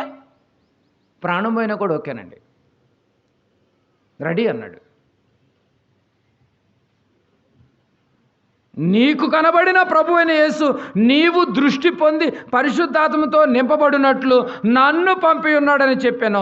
అప్పుడే అతని కన్నుల నుండి పొరల వంటివి రాలగా. మనకి ఇంకా పొరల్లాగానే బట్టినాయి. సౌలు లాంటి క్యారెక్టర్ సంఘాల్లో ఫుల్గా ఉన్నాయి పొరలు బట్టి. ఇంకా రాల్తల్లా. సరైన వైద్యుడు లేడు. సరైన వైద్యుడైతే వారం రోజులకు తుప్పు వదిలిస్తాడు. అన్ని దురద చెవులు వదిలించే దురద చెవుల్లాగానే సోది చెప్పే వైద్యులే కదండి. సరైన వైద్యం తగలేదంట. మీరు అప్పుడప్పుడు చూసారు. అసలు సరైన మందు పడలేదు, లేకపోతే తుప్పు రాలినట్టు రాలిపోదు. మీరన్న మీ మాటలు అవి. ఇంకా చెలేసుకొస్తుందేంటి వైరస్? నువ్వు డాక్టర్ మార్చాలి. ఈ పాటికి అక్కడ 2 ఇంజక్షన్లు చేస్తే తుప్పు రాలిపోయినట్టు రాలిపోయేది అంటారు.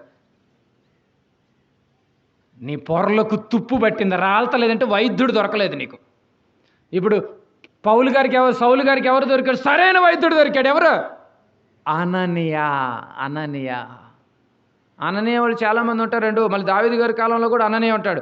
అననీయ ఇప్పుడు వరకు ఎట్లా బతికాడు అనక్కండి. అననీయులు బైబిల్లో చాలామంది ఉంటారు. అననీయ సప్యరులు కూడా ఉంటారు. దమస్కు పట్టణం అని చక్కగా చెప్తుందిగా కదండి. పొరలు వంటివి రాలగా దృష్టి కలిగి లేచి బాప్తిజం పొందాను. అసలు పొరలు తెక్కకుండా బాప్తిజం తీసుకోవద్దు. బాప్తిజం తీసుకోవడానికి మెయిన్ కీ కూడా దొరికింది మనకి. పొరలు ఉన్నవాడికి బాప్తిజం వీకండి. అవి రాలిపోవాలి, మీరు చూడాలి. తెలిసిపోద్దండి, వాడు రాలినయో లేవో తెలుస్తుంది, మాటల్లో తెలుస్తుంది, క్యాల్కులేషన్లో తెలుస్తుంది. పొరలు పెట్టుకుని మునిగారు, దాని అర్థం అదే.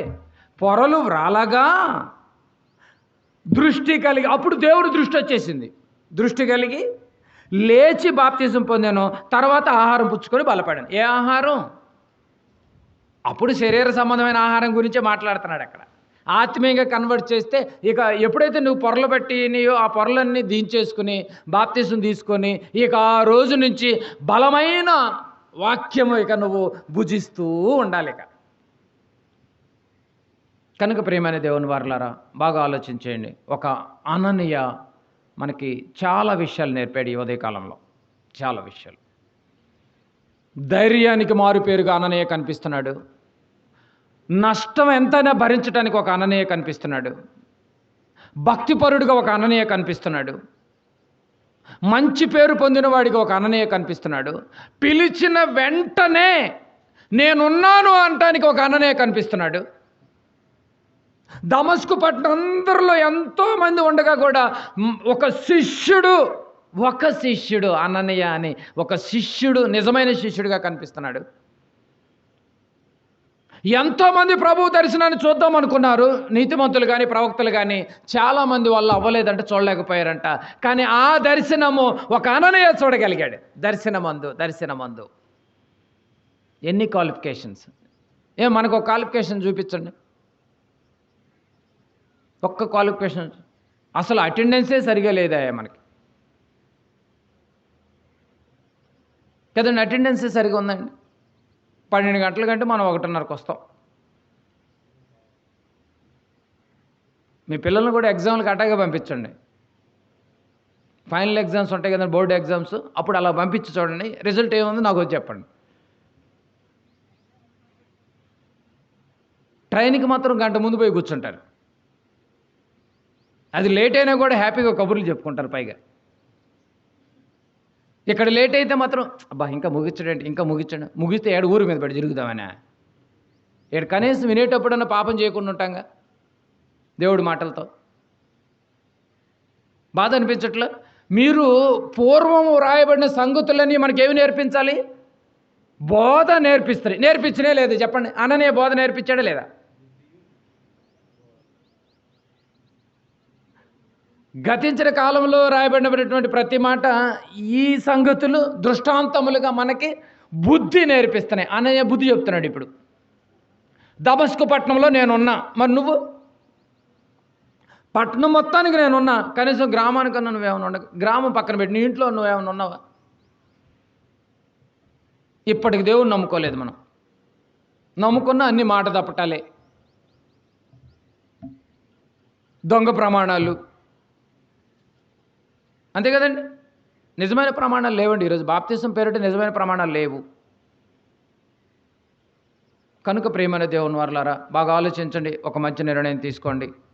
నమ్మకమైనటువంటి ఒక అననీయ రీతిగా బ్రతికాడు. ఒక పౌలుగా మారిన తర్వాత ఎలా బ్రతికాడో, ఒక యెహోషువ గారు ఎలా బ్రతికాడో, ఒక మరి ఎలా బ్రతికిందో, ఒక అబ్రహాం గారు ఎలా బ్రతికాడో, ఈరోజు వచ్చినటువంటి భక్తులు వీటన్నిటికి మించి యేసు ప్రభులు వారు 33 సంవత్సరాలు ఎలా గొప్పగా బ్రతికాడో, ఎంతగా భరించాడో మన పాపాల నిమిత్తము. మనం కూడా మన సహోదరుల నిమిత్తం అంతగా భరించబద్దులమై ఉండాలని వాక్యం సెలవిస్తుంది.